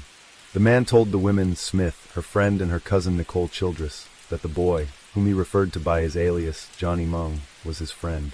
The man then attempted to lead the boy away in the direction of his apartment. The 3 women tried to dissuade Dahmer, telling him they had already called 911. Paramedics were first on the scene and placed a blanket around the dazed and confused boy, before 2 police officers, John Balserzak and Joseph Gabrish, arrived. Soon the conversation became heated between the 3 girls, Dahmer, and the police. As the officers tried to understand what was going on with the young man of Asian descent, Dahmer told them Konorak was his 19-year-old lover who had drank too much. In order to prove it, Dahmer, his demeanor calm and appearing relaxed and convincing, showed his photo ID, telling the police the boy was his partner and that they had had a drunken quarrel. 3 women attempted to intervene, telling the police that the boy had been terrified and tried to resist the tall blonde man when he arrived. When the police ignored the women, they became exasperated, pointing out that the boy had blood on his testicles, was bleeding from his rectum, and seemed to be suffering from more than just alcohol. The officers observed no injuries apart from a graze to Konorak's knee, and told one of the women to shut the hell up. When she tried to interfere again, she was told to butt out. Shortly after the arrival of the Milwaukee police officers, 3 members of the Milwaukee Fire Department arrived and examined the boy for injuries at the insistence of the women. One of them believed Konarak required treatment, but the police officers directed the 3 firemen to leave. Soon after, a 3rd police officer, Richard Perubkin, arrived at the scene. The 3 policemen escorted Dahmer and sent the sumphone back to Dahmer's apartment, during which Dahmer commented on the high crime in the neighborhood, while simultaneously praising the Milwaukee Police Department. When they arrived, they found that although the apartment smelled bad, it was kept neat and tidy. They could see that Konarak's clothing was there, folded and placed on the sofa, along with a couple of Polaroid photographs of him in black bikini briefs. While they looked around, Konarak sat quietly on the sofa, seemingly unable to talk intelligently, or even able to understand what was happening. Dahmer apologized for the trouble his lover had caused. He promised the police it wouldn't happen again, and they believed his assurances. For all intents and purposes, they had no reason to disbelieve him. He appeared intelligent, calm, polite, well-spoken, and courteous. His partner, however, seemed drunk and incoherent. Not wanting to get in the middle of a domestic dispute between homosexual lovers, they left the apartment with Konarak's synthesumphone sitting quietly on the sofa. Later, Officer Balcerzak said he smelled nothing unusual. Gabrish claimed he noted a strange scent, reminiscent of excrement, inside the apartment. This odor was emanating from Dahmer's bedroom, where the decomposing body of Tony Hughes was still lying naked on the floor. The only time the police made any effort to investigate the smell was when one officer peeked his head around the bedroom, but really didn't take a good look. As they walked outside of the apartment, Dahmer told them he would take good care of his partner. The officers left, believing they had more pressing matters to attend to, and later listed the incident as a domestic dispute. Once he was alone with synthesumphone, Dahmer again injected hydrochloric acid into his brain. This time it proved fatal, and Dahmer proceeded to have sex with the corpse. The next day he took a day's leave from work, so he could devote that time to the dismemberment and disposal of the bodies of Tony Hughes and Konarak's synthesumphone. As with some of his previous victims, he retained the skulls of both for his growing collection. When Officers Balcerzak and Gabrish radioed their dispatch unit, a recording of which reveals evident laughter from one or more of their colleagues after one of the officers informed them, intoxicated, Asian, naked male was returned to his sober boyfriend. "My partner is going to get deloused at the station." When the 3 girls went home, they told Smith's mother, 36-year-old Glenda Cleveland, who lived next to the Oxford apartments where Dahmer resided. Cleveland later called police to find out what happened to the Asian boy. "It wasn't a child. It was an adult," the officer said. Cleveland continued to ask questions. The officer then told her, "Ma'am, I can't make it any more clear. It's all taken care of. He's with his boyfriend, and in his boyfriend's apartment. It's as positive as I can be. I can't do anything about somebody's sexual preferences in life." A couple of days later, Cleveland read a newspaper article about the disappearance of a Laotian boy named Konarak synthesumphone. He looked like the boy that had been seen trying to escape from Jeffrey Dahmer, and so she called the officers back. They never sent anybody to talk with her. Cleveland even tried contacting the Milwaukee office of the FBI, but nothing came of it. This missed opportunity by law enforcement resulted in a cannibalistic serial killer continuing with his crimes of seeking out victims. It meant he could continue drugging, sexually abusing their corpses before dismembering and disposing of them like trash. If the officers had noted Dahmer's name on his ID and run a background check, they would have been aware of his past charges. They would have realized Jeffrey Dahmer, the calm, well-spoken, unassuming tall blonde man, was a convicted child molester who was still serving probation. On June 30th, 1991, Dahmer took a journey to Chicago and there encountered a prospective victim standing at a bus station. 20-year-old Matt Turner agreed to accompany Dahmer back to Milwaukee to take part in what he was told would be a professional photo shoot. Back at apartment 213, Turner was drugged and strangled. Dismembered in Dahmer's bathtub, the head and internal organs were kept and placed into plastic bags and stored in the freezer. By this point, Jeffrey Dahmer had been eating the body parts of his victims. The skull was later stripped of flesh and kept by Dahmer and added to the others he had collected. Just 5 days later, Dahmer lured Jeremiah Weinberger, who he had met at a Chicago bar on July 5th, back to his apartment. Dahmer and Weinberger had agreed to spend the weekend together, and once back at his apartment, Dahmer drugged his victim, then drilled a hole into his head and injected boiling water through and into his skull. After the second attempt at this, Weinberger fell into a coma and died 2 days later. Dahmer later recalled that Weinberger's death was exceptional, because he was the only victim who died with his eyes open. With a growing number of bodies and no way of disposing of them, Dahmer purchased a 57-gallon drum on July 12th. Into this drum he placed the torso of Matt Turner, and then what remained of Jeremiah Weinberger. He then poured an acid solution inside and closed the lid. The bodies of his victims then slowly disintegrated into a black sludge. His murders were becoming more frequent, and 10 days after luring Weinberger to his apartment, he went looking for another victim. At the corner of 27th and Kilbourne, Dahmer came across Oliver Lacey, who agreed to go with him back to the Oxford apartments. There, Dahmer took some nude photos of the 24-year-old, and they engaged in some form of sexual activity. Dahmer then offered Lacey a drink, and watched as his victim fell into unconsciousness.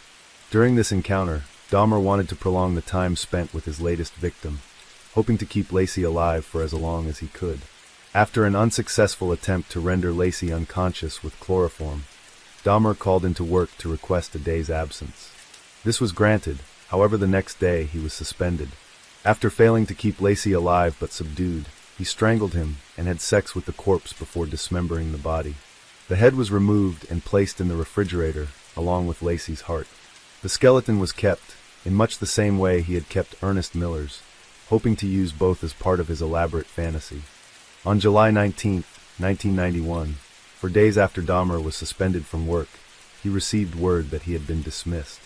He then left in search of another victim and soon came across Joseph Bradehoft, luring him to his apartment where they drank and talked.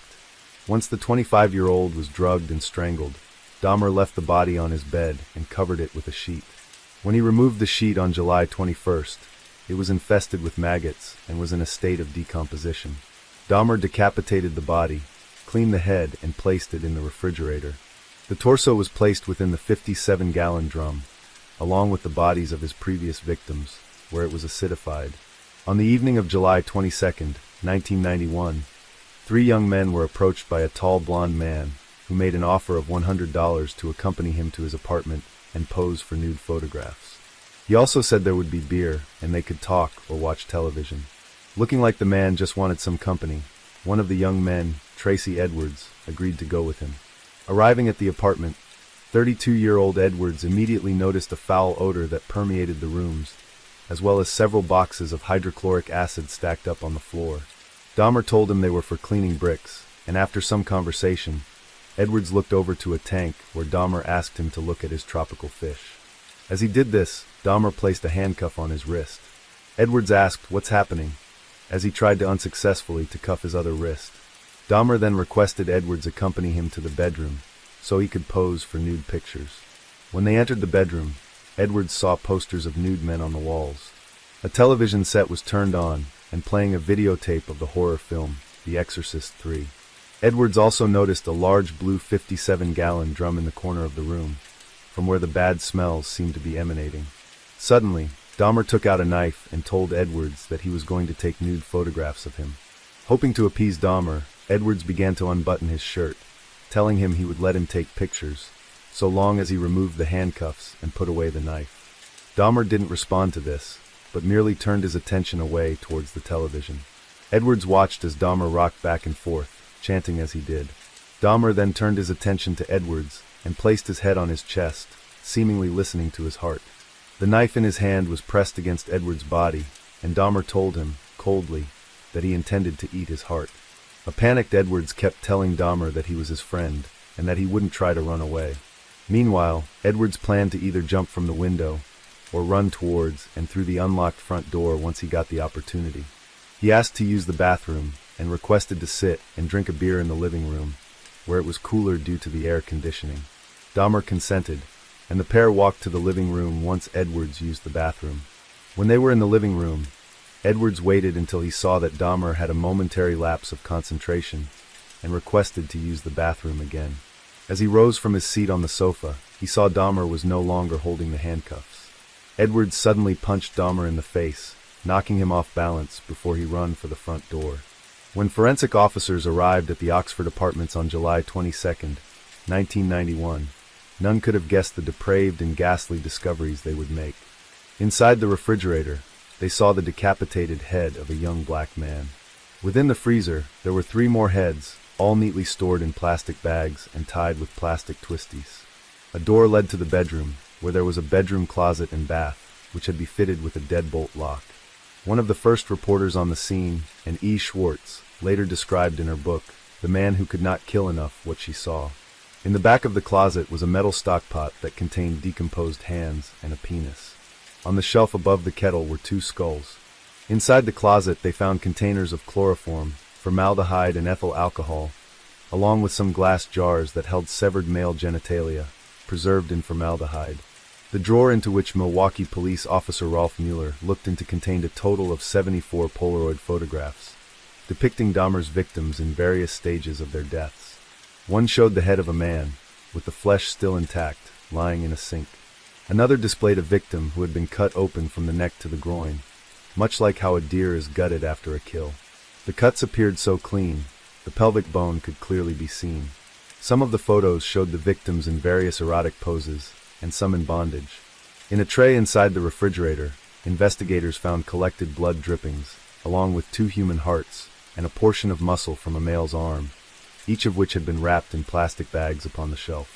Along with the 3 heads in the freezer, was a complete torso, along with a bag of human organs. When looking at the bottom of the freezer, they saw that flesh had stuck to the ice. As well as the 4 severed heads in the kitchen, another 7 skulls were found, some painted, some bleached, were found in Dahmer's bedroom inside a closet. Elsewhere, they came across 2 entire skeletons, a pair of severed hands, 2 severed and preserved penises, and a mummified scalp. Apartment 213 was a house of horrors, containing the remains of many different people, each slaughtered and dismembered. For the forensic officers who searched the apartment, it must have been reminiscent of the discovery of necrophile Ed Gain's crimes at his Wisconsin farmstead, which contained an assortment of human remains. The 57-gallon drum in Jeffrey Dahmer's bedroom was found to contain 3 further dismembered torsos dissolving in an acid solution. It was removed by private contractors from the fire department's hazardous materials unit on July 23, 1991. The sheer number of body parts found in Dahmer's apartment caused the chief medical examiner to state, "It was more like dismantling someone's museum than an actual crime scene."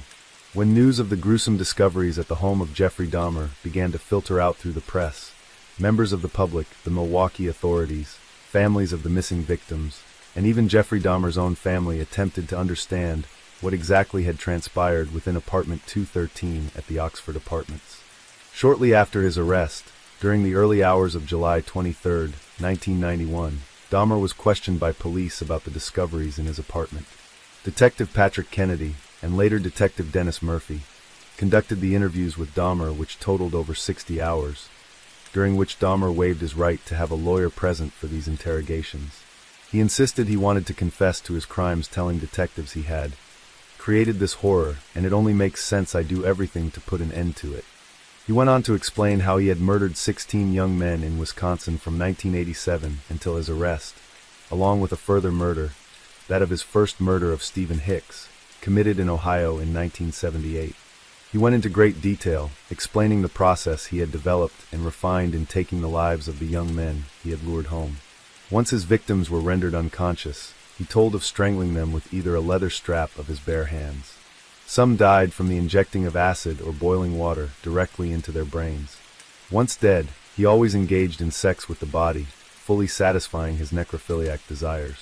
The dismemberment that followed had taken place in the bathroom of Dahmer's apartment, where he drained their blood into his bathtub, before removing any organs he wished to keep, then paring the flesh from the body. The organs he wished to retain were bagged and stored in his freezer, he told the officers, for later consumption. Dahmer confessed to eating the various organs and body parts of some of his victims. He would eat the hearts, liver, biceps, and portions of thigh. These body parts were from victims Raymond Smith, Ernest Miller, and Oliver Lacey, whose dissected remains Dahmer tenderized before consuming. Dahmer said he purchased this meat tenderizer after attempting to consume the thigh muscle of one victim, and discovering the flesh was so tough he could hardly chew it. In preparing the organs and flesh of his victims, Dahmer added various condiments to bring out the flavor, in much the same way a chef would prepare an ordinary meal. When asked by his interrogators why he decided to consume the bodies of his victims, Dahmer told them he had initially only wanted to taste a portion of his victims, out of curiosity. However, as he committed more and more killings, it became part of his ritual.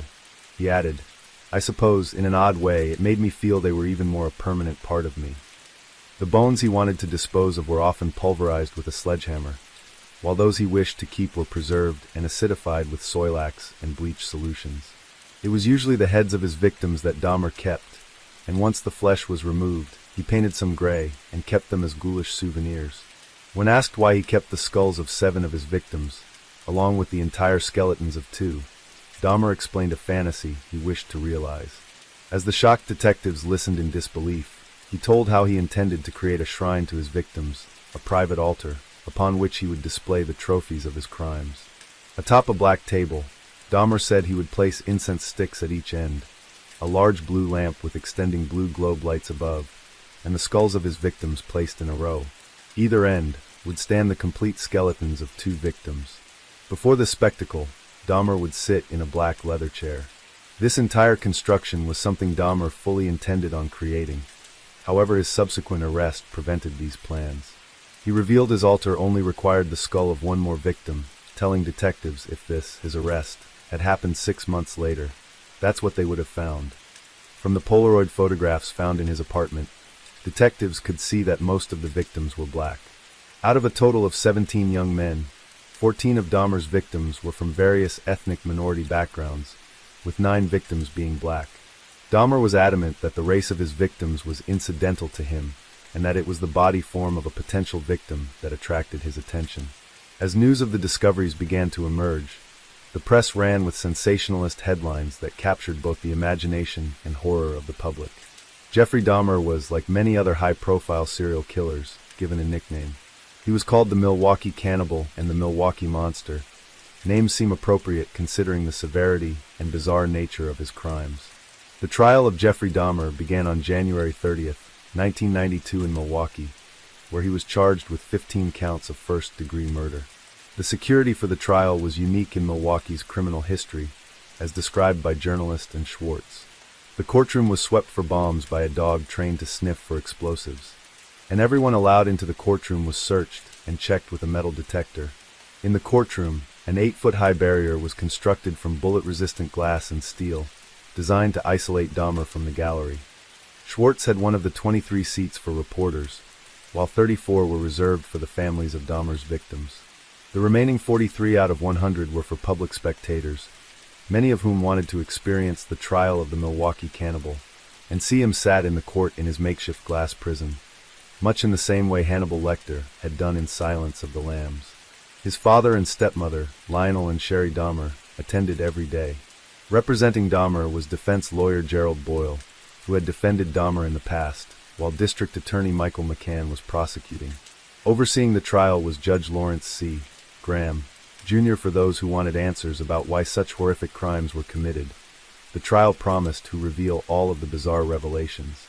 When jury selection began, the pool of prospective jurors had been warned. You're going to hear about things you probably didn't know existed in the real world. In this case, Boyle told them, you're going to hear about sexual conduct before death, during death, and after death. Will you be so disgusted by that you won't be able to listen? Potential jurors were discarded by Boyle and McCann, especially those who were prejudiced against homosexuals or who didn't have any use for psychiatrists. On the second day of jury selection, before the prospective jurors were called into the room, and Schwartz recalled how Boyle held up a tabloid newspaper that read, "Milwaukee Cannibal Killer Eats His Cellmate." We all laughed, Schwartz recalled, especially Jeffrey Dahmer. He was an attractive man when he laughed. I could see how so many were taken in by him. The jury and 2 alternates were selected on January 29, 1992, with only 1 black person selected. This caused a protest among the victims' family members. Through the discovery that most of Dahmer's victims had been black, the entire case had polarized the community along racial lines. Along with Glenda Cleveland's story about the Milwaukee Police Department's failure to adequately protect Conorak's synthesumphone, the mostly white jury only served as another example of what many perceived as racial injustice. In a shocking twist, Dahmer changed his plea to guilty before the trial began, on January 13, 1992. This was against the advice of his lawyer, and Dahmer insisted that he was insane. He had waived his rights to a trial, intended to establish his guilt, and now the focus of the proceedings were shifted to establishing Dahmer's sanity. Don Davis in his book, The Milwaukee Murders, said, "The declaration turned the case on its head. Now, instead of having to prove his man did not commit the murders, defense attorney Gerald Boyle would unroll one of the goriest tapestries ever seen in an American courtroom. His task was to convince the jury that Dahmer was crazy, because only an insane person would do the things he did. Boyle needed to show that during the time he carried out the murders, Dahmer was suffering from some sort of mental disorder or disease, and was ultimately driven by his bizarre obsessions and impulses that he was unable to control. Impulses that contributed to him luring, slaying and disposing of 17 young men in the most horrific ways. In contrast, prosecutor Michael McCann had the task of proving that Jeffrey Dahmer, the man the American press were calling the Milwaukee Cannibal, was not legally insane, and that he knew exactly what he was doing was wrong, but did so anyway. McCann knew he had to convince the jury that Dahmer was an evil psychopath who lured his victims and killed them in cold blood. Dahmer's defense counsel intended to call on some 45 witnesses who would attest that he suffered from a variety of sexual and mental disorders that contributed to his bizarre behavior. Boyle hoped to prove that these psychological aberrations prevented his client from understanding the nature of his crimes.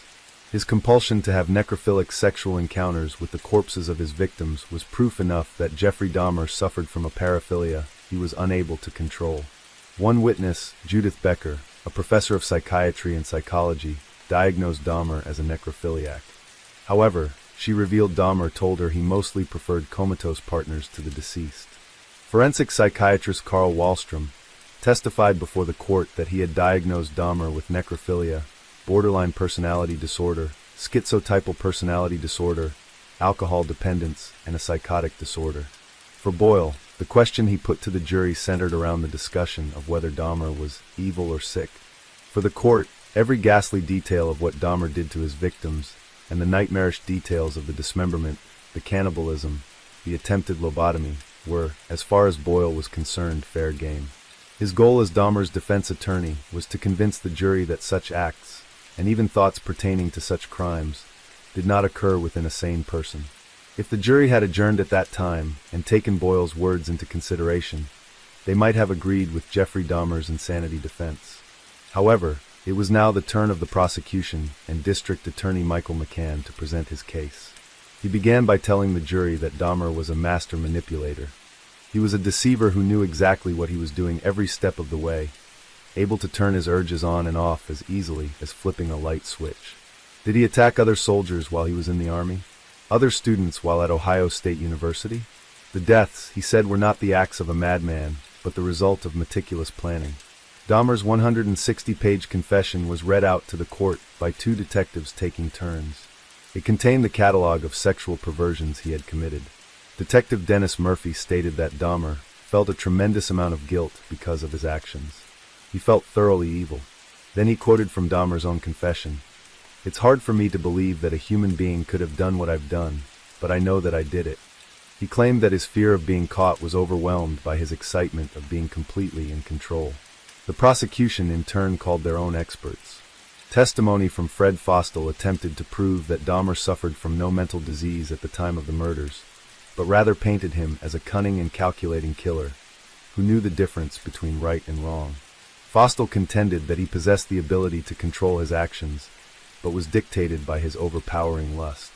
Forensic psychiatrist Park Dietz offered an assessment that, in his opinion, Dahmer did not suffer from any form of mental disease of defect at the time of the murders, stating Dahmer went to great lengths to be alone with his victim and to have no witnesses. He believed there was sufficient evidence that Dahmer prepared for the murder beforehand. Dietz believed Dahmer's need to consume alcohol prior to committing the murders was a significant factor. His need to become intoxicated meant, if he had an impulse to kill or a compulsion to kill, Dietz testified, he wouldn't have to drink alcohol to overcome it. He only has to drink alcohol to overcome it because he is inhibited against killing. It was noted by Dietz that Dahmer's favorite film was The Exorcist 3, and he closely identified with Darth Vader, the villain in the science fiction movie Return of the Jedi. It was noted that he enjoyed the level of power this character and others like him held. He said Dahmer would often watch these films before venturing out in search of victims. The courtroom had become a battleground for psychiatrists and psychologists over whether Jeffrey Dahmer was legally responsible and in control of his actions. The testimonies and cross-examination of these experts seemed to confuse the jury. Psychologist Samuel Friedman gave independent testimony, diagnosing Dahmer with a personality disorder not otherwise specified featuring borderline, obsessive-compulsive, and sadistic traits. Friedman described Dahmer as amiable, pleasant to be with, courteous, with a sense of humor, conventionally handsome, and charming in manner. He was, and still is, a bright young man.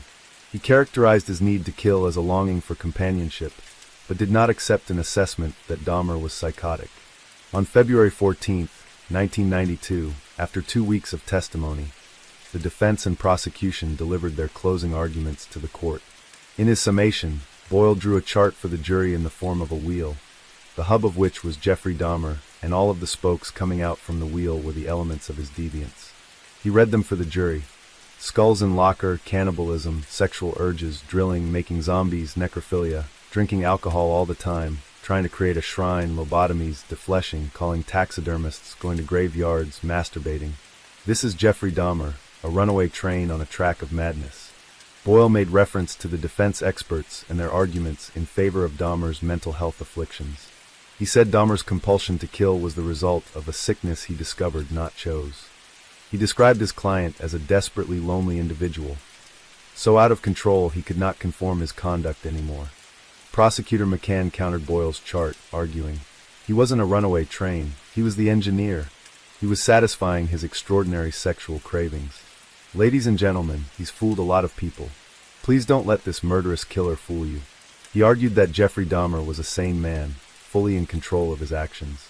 He said that evidence of this was his ability to avoid detection, and described Dahmer as a cold and calculating individual, who killed his victims to gain power and control over their bodies, so he could enjoy the prolonged periods of sexual pleasure that he so desperately craved. It was McCann's opinion that Dahmer's attempt to plead guilty, but insane to the charges, showed that he was looking to escape responsibility for his heinous crimes. The jury deliberated for 5 hours before giving their verdict. On February 15, 1992, they declared that Jeffrey Dahmer was sane and did not suffer from any mental disorder at the time of each of the 15 murders for which he was tried.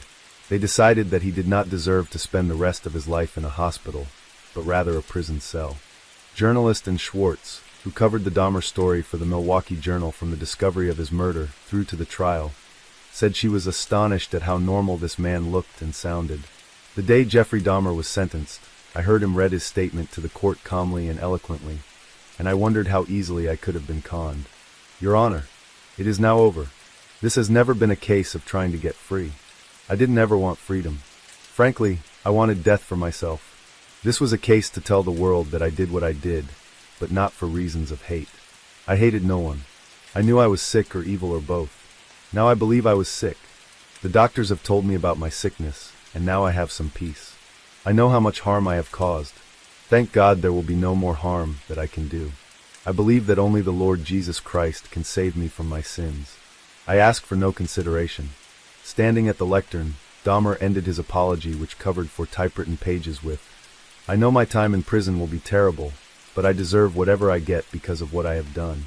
Thank you, Your Honor, and I am prepared for your sentence, which I know will be the maximum. I ask for no consideration. After he finished his statement, Dahmer awaited his sentence. He was given life imprisonment plus 10 years upon the first 2 counts. The remaining 13 counts carried a mandatory sentence of life plus 70 years.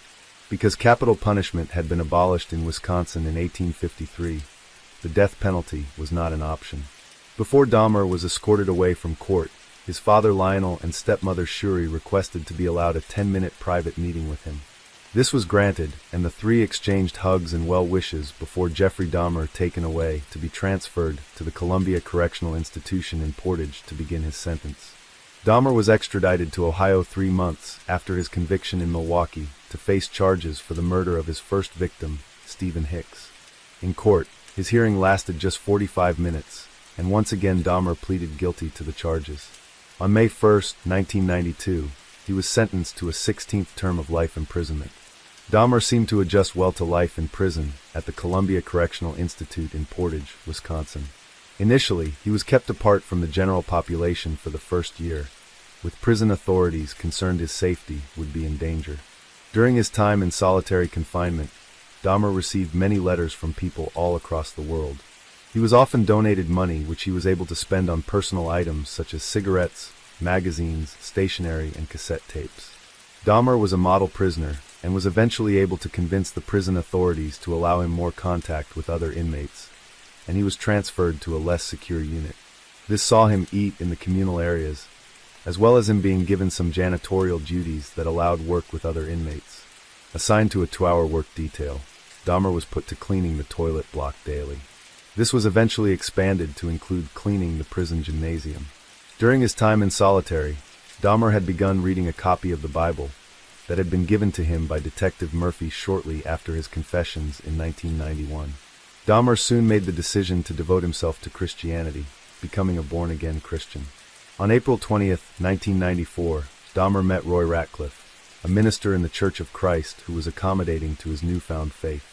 In May 1944, he was baptized by Ratcliffe, who spent 7 months as Jeffrey Dahmer's spiritual mentor. Confessing to his remorse and a desire to follow the path of righteousness, Ratcliffe referred to Dahmer as his friend and brother in faith, and the two met every week and would often discuss Bible verses and Ratcliffe's religious teachings. The minister later revealed that Dahmer questioned whether he was sinning against God by continuing to live. On July 3, 1994, while attending a chapel service, Dahmer was attacked by a Cuban inmate, Osvaldo Durruti, who attempted to slash Dahmer's throat with a makeshift razor embedded in a toothbrush. His wounds were only superficial, and Dahmer claimed to have never seen his attacker before that day. Dahmer had confessed to his family a desire to die, admitting that he was ready to accept whatever punishment he might suffer in prison. Joyce Dahmer held weekly phone calls with her son, after not seeing him prior to his arrest since Christmas 1983. When Joyce expressed concern for his safety, Dahmer told her, "It doesn't matter, Mom. I don't care if something happens to me."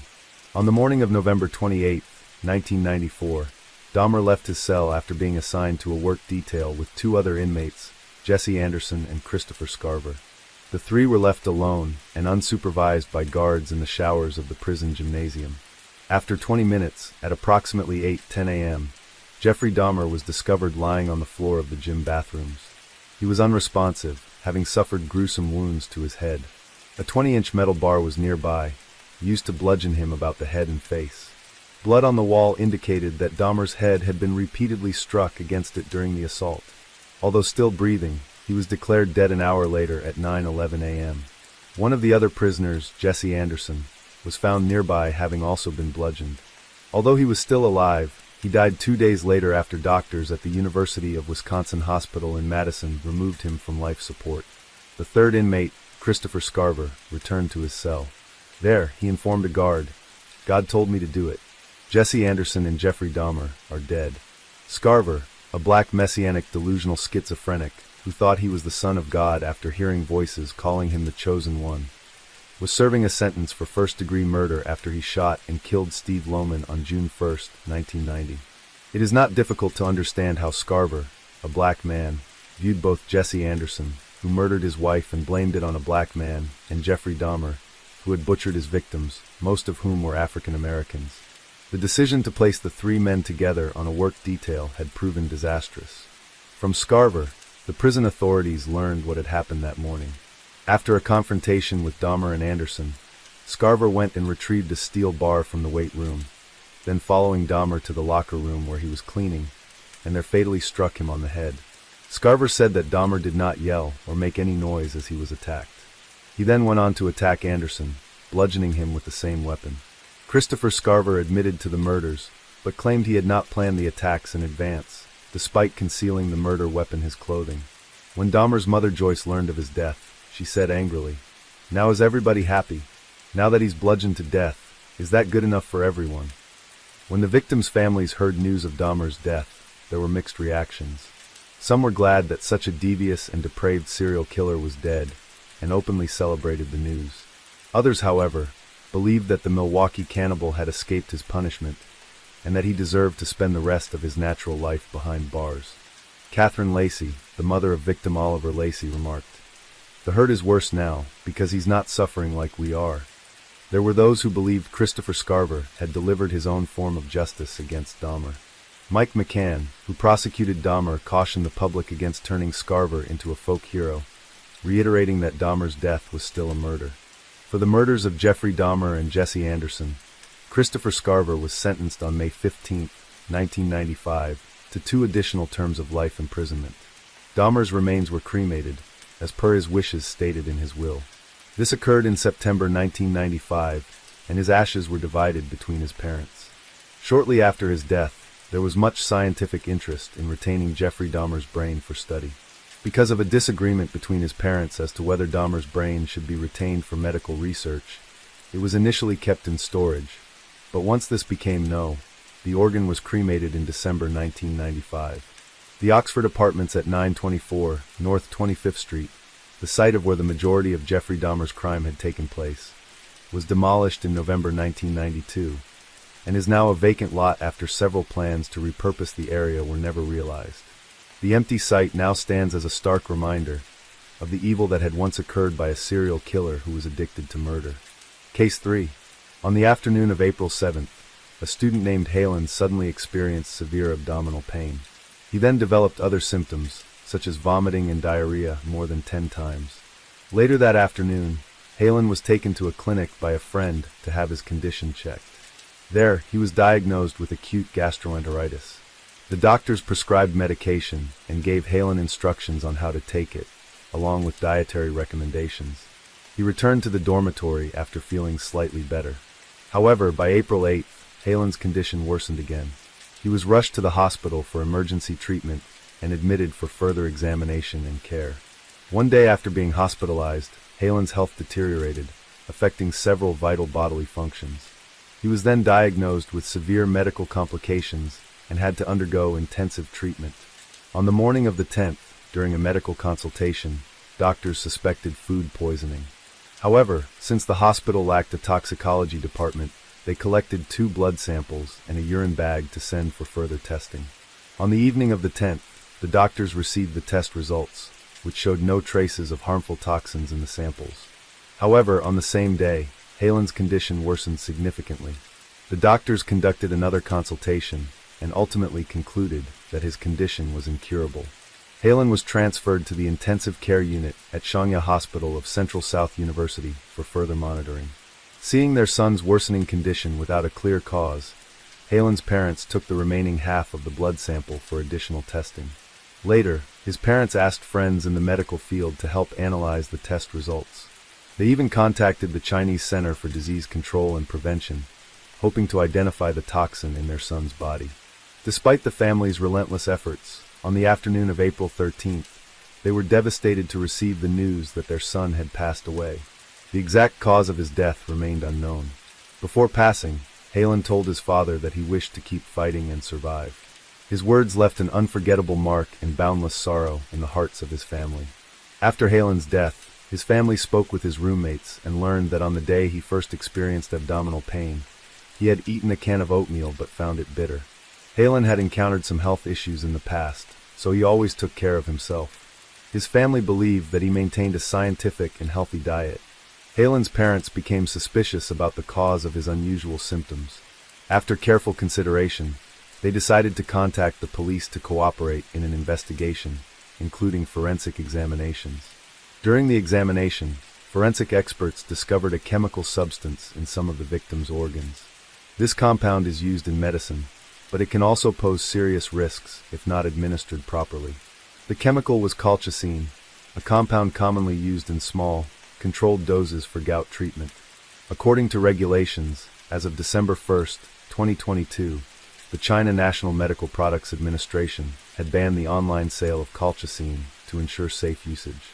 After receiving the forensic examination results, the police began investigating Halen's background and looking into his personal relationships. Halen was born in a small district in the southern part of Gansu Province, China. He was the second child in a family of 3 siblings. Halen's parents had endured years of hard labor. Eventually, after saving up some money, they managed to open a hardware and construction materials store, which became the family's primary source of income. Halen was very devoted to his parents. He helped them plan promotional campaigns to attract customers. Despite his busy academic schedule, he often visited the store to assist with customers and even handle deliveries. Among his siblings, Halen was the most sociable, with many friends due to his easygoing nature and his tendency to avoid conflicts. His relatives and friends even gave him the nickname the good guy. During his senior year of high school, while preparing for the university entrance exams, Halen underwent physical changes due to academic pressure and an unstable lifestyle. He gained nearly 20 kilograms. Because of this, after being admitted to the law department of Shangtan University, Halen started jogging and exercising. He took great care of himself and was gifted a fitness membership card worth several hundred yuan per year. Just like in his childhood, at Shangtan University, Halen was known for his cheerful, generous personality and polite manners toward everyone. Halen got along well with his dormitory roommates. They often hung out together, discussed their studies, and supported each other in solving various problems. Notably, Halen frequently invited his friends to his hometown during school breaks. His older sister even developed a close relationship with his friends.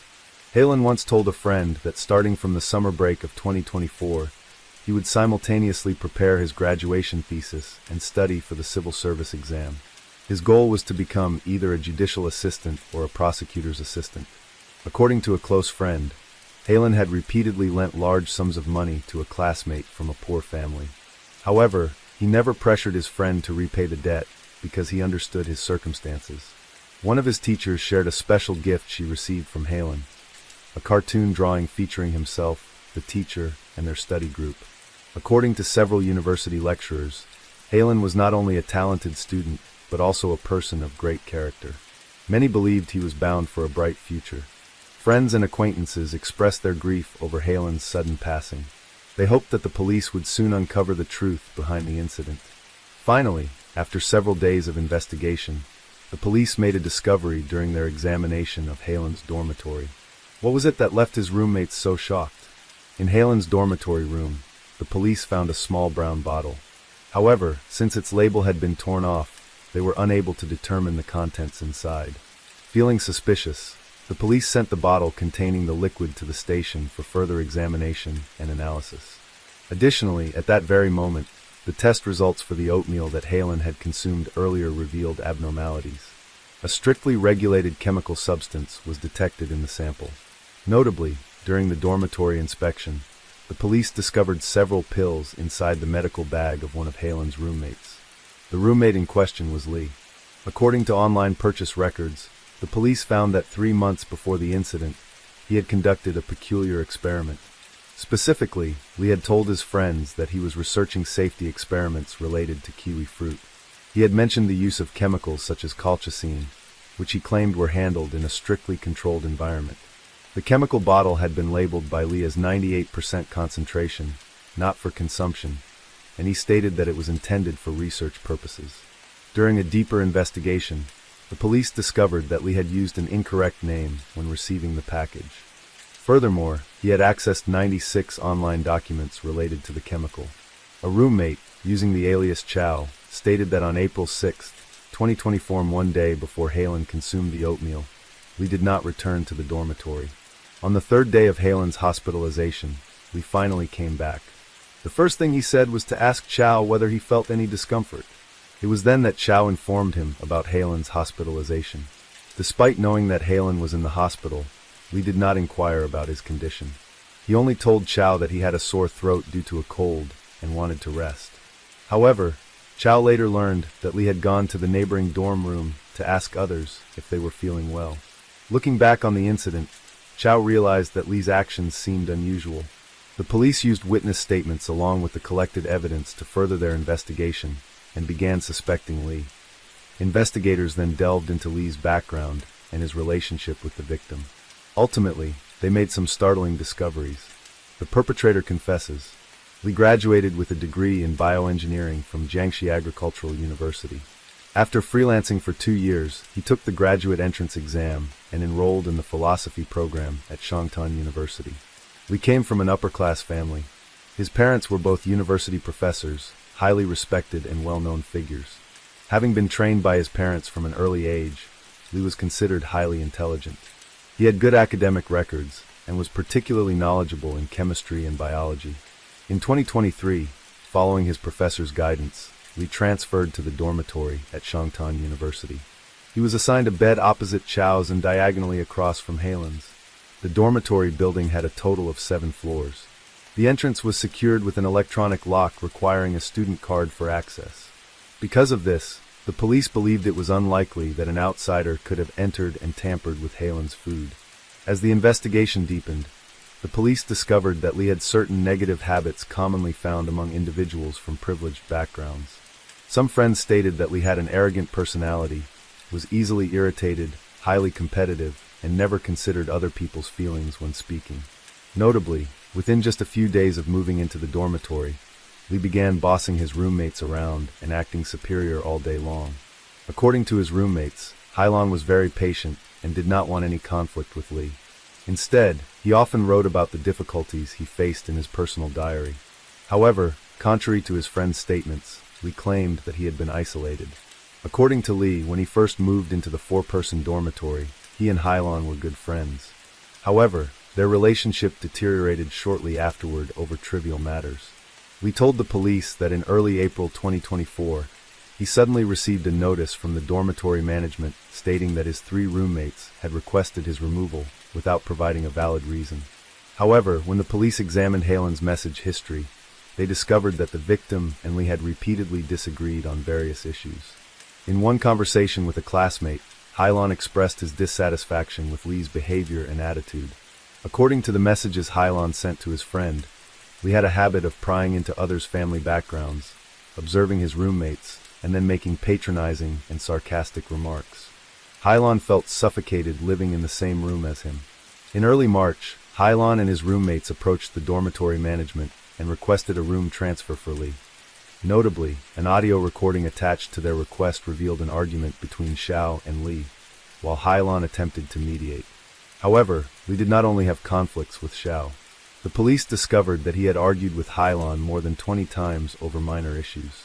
Their complaint to the dormitory management also stated that Lee failed to flush the toilet, frequently returned at midnight, grilled meat on the balcony, and disturbed others' rest with loud noises.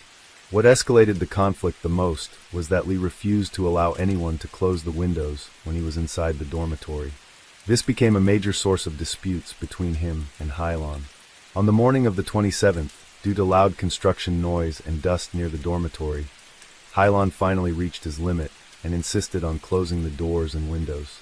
However, Lee stood firm in his stance and refused to let his roommates close the windows, making their conflict seemingly irreconcilable. Additionally, in their complaint, Hailon and his roommates attached photos proving that Lee had been using a knife to prepare food and grilling meat on a stove on the balcony.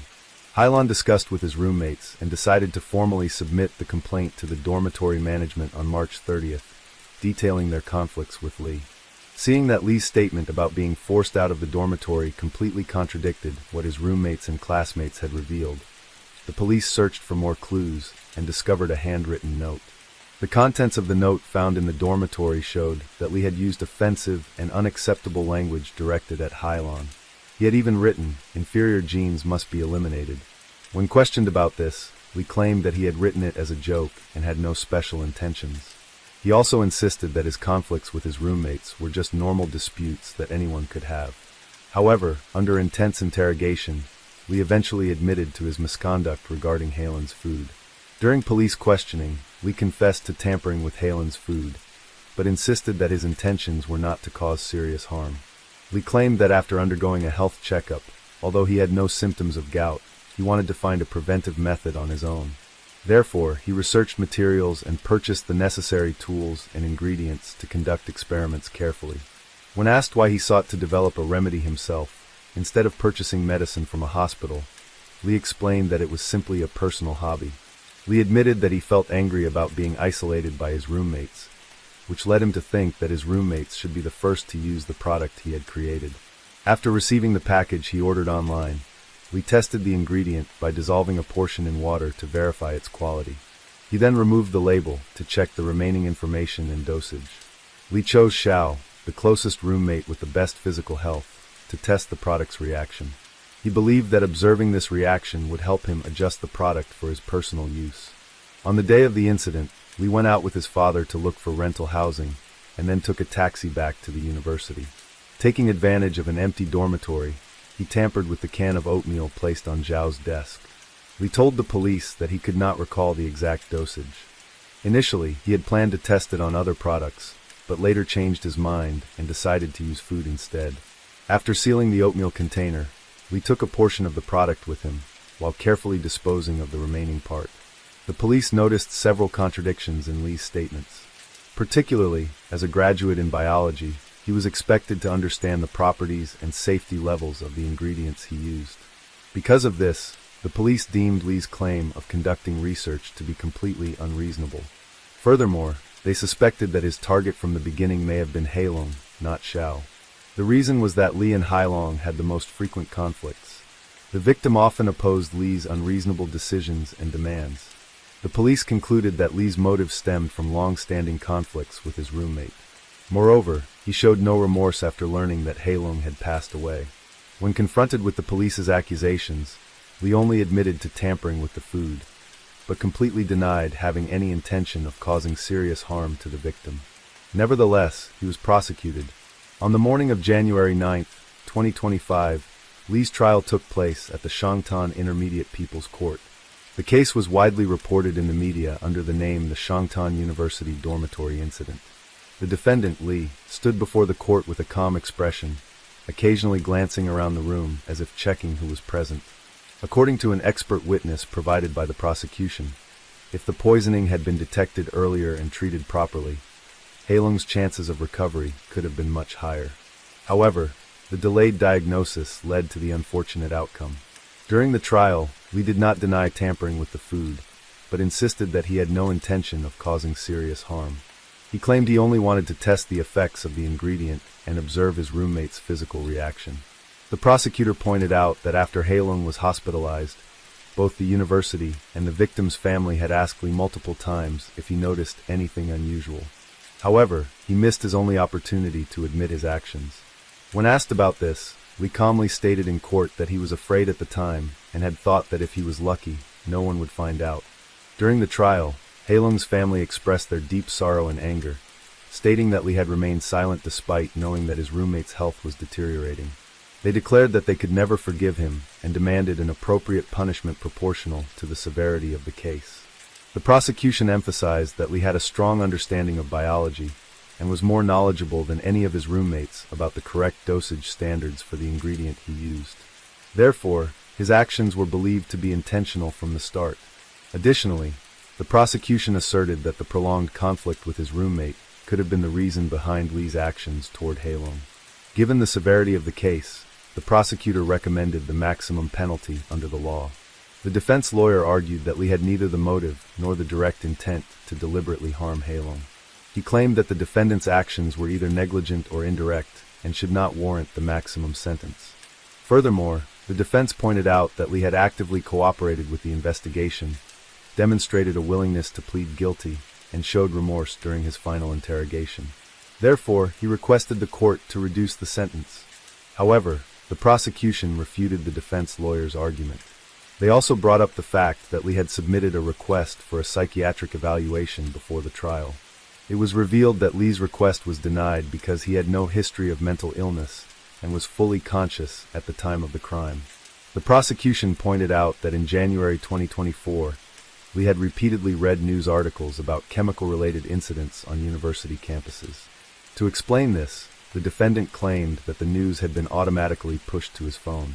The prosecution also accused Lee of knowing that his roommates had a habit of sharing snacks, but he firmly denied this, insisting that he was not close enough to them to be aware of such habits. In court, Lee stated that he felt remorseful and regretful for his actions. At the end of the trial, he formally apologized to the victim's family. In addition to Hailong's family, many students and professors from Shangtan University attended the trial to observe the proceedings. They believed that the case posed significant safety concerns and served as a warning about campus security. However, after 2 trials, the judge had yet to issue a verdict for Lee, as additional evidence was needed to determine whether the defendant had acted with premeditation or if it was truly an accident. This concludes the case that has sparked widespread media attention and public debate in China.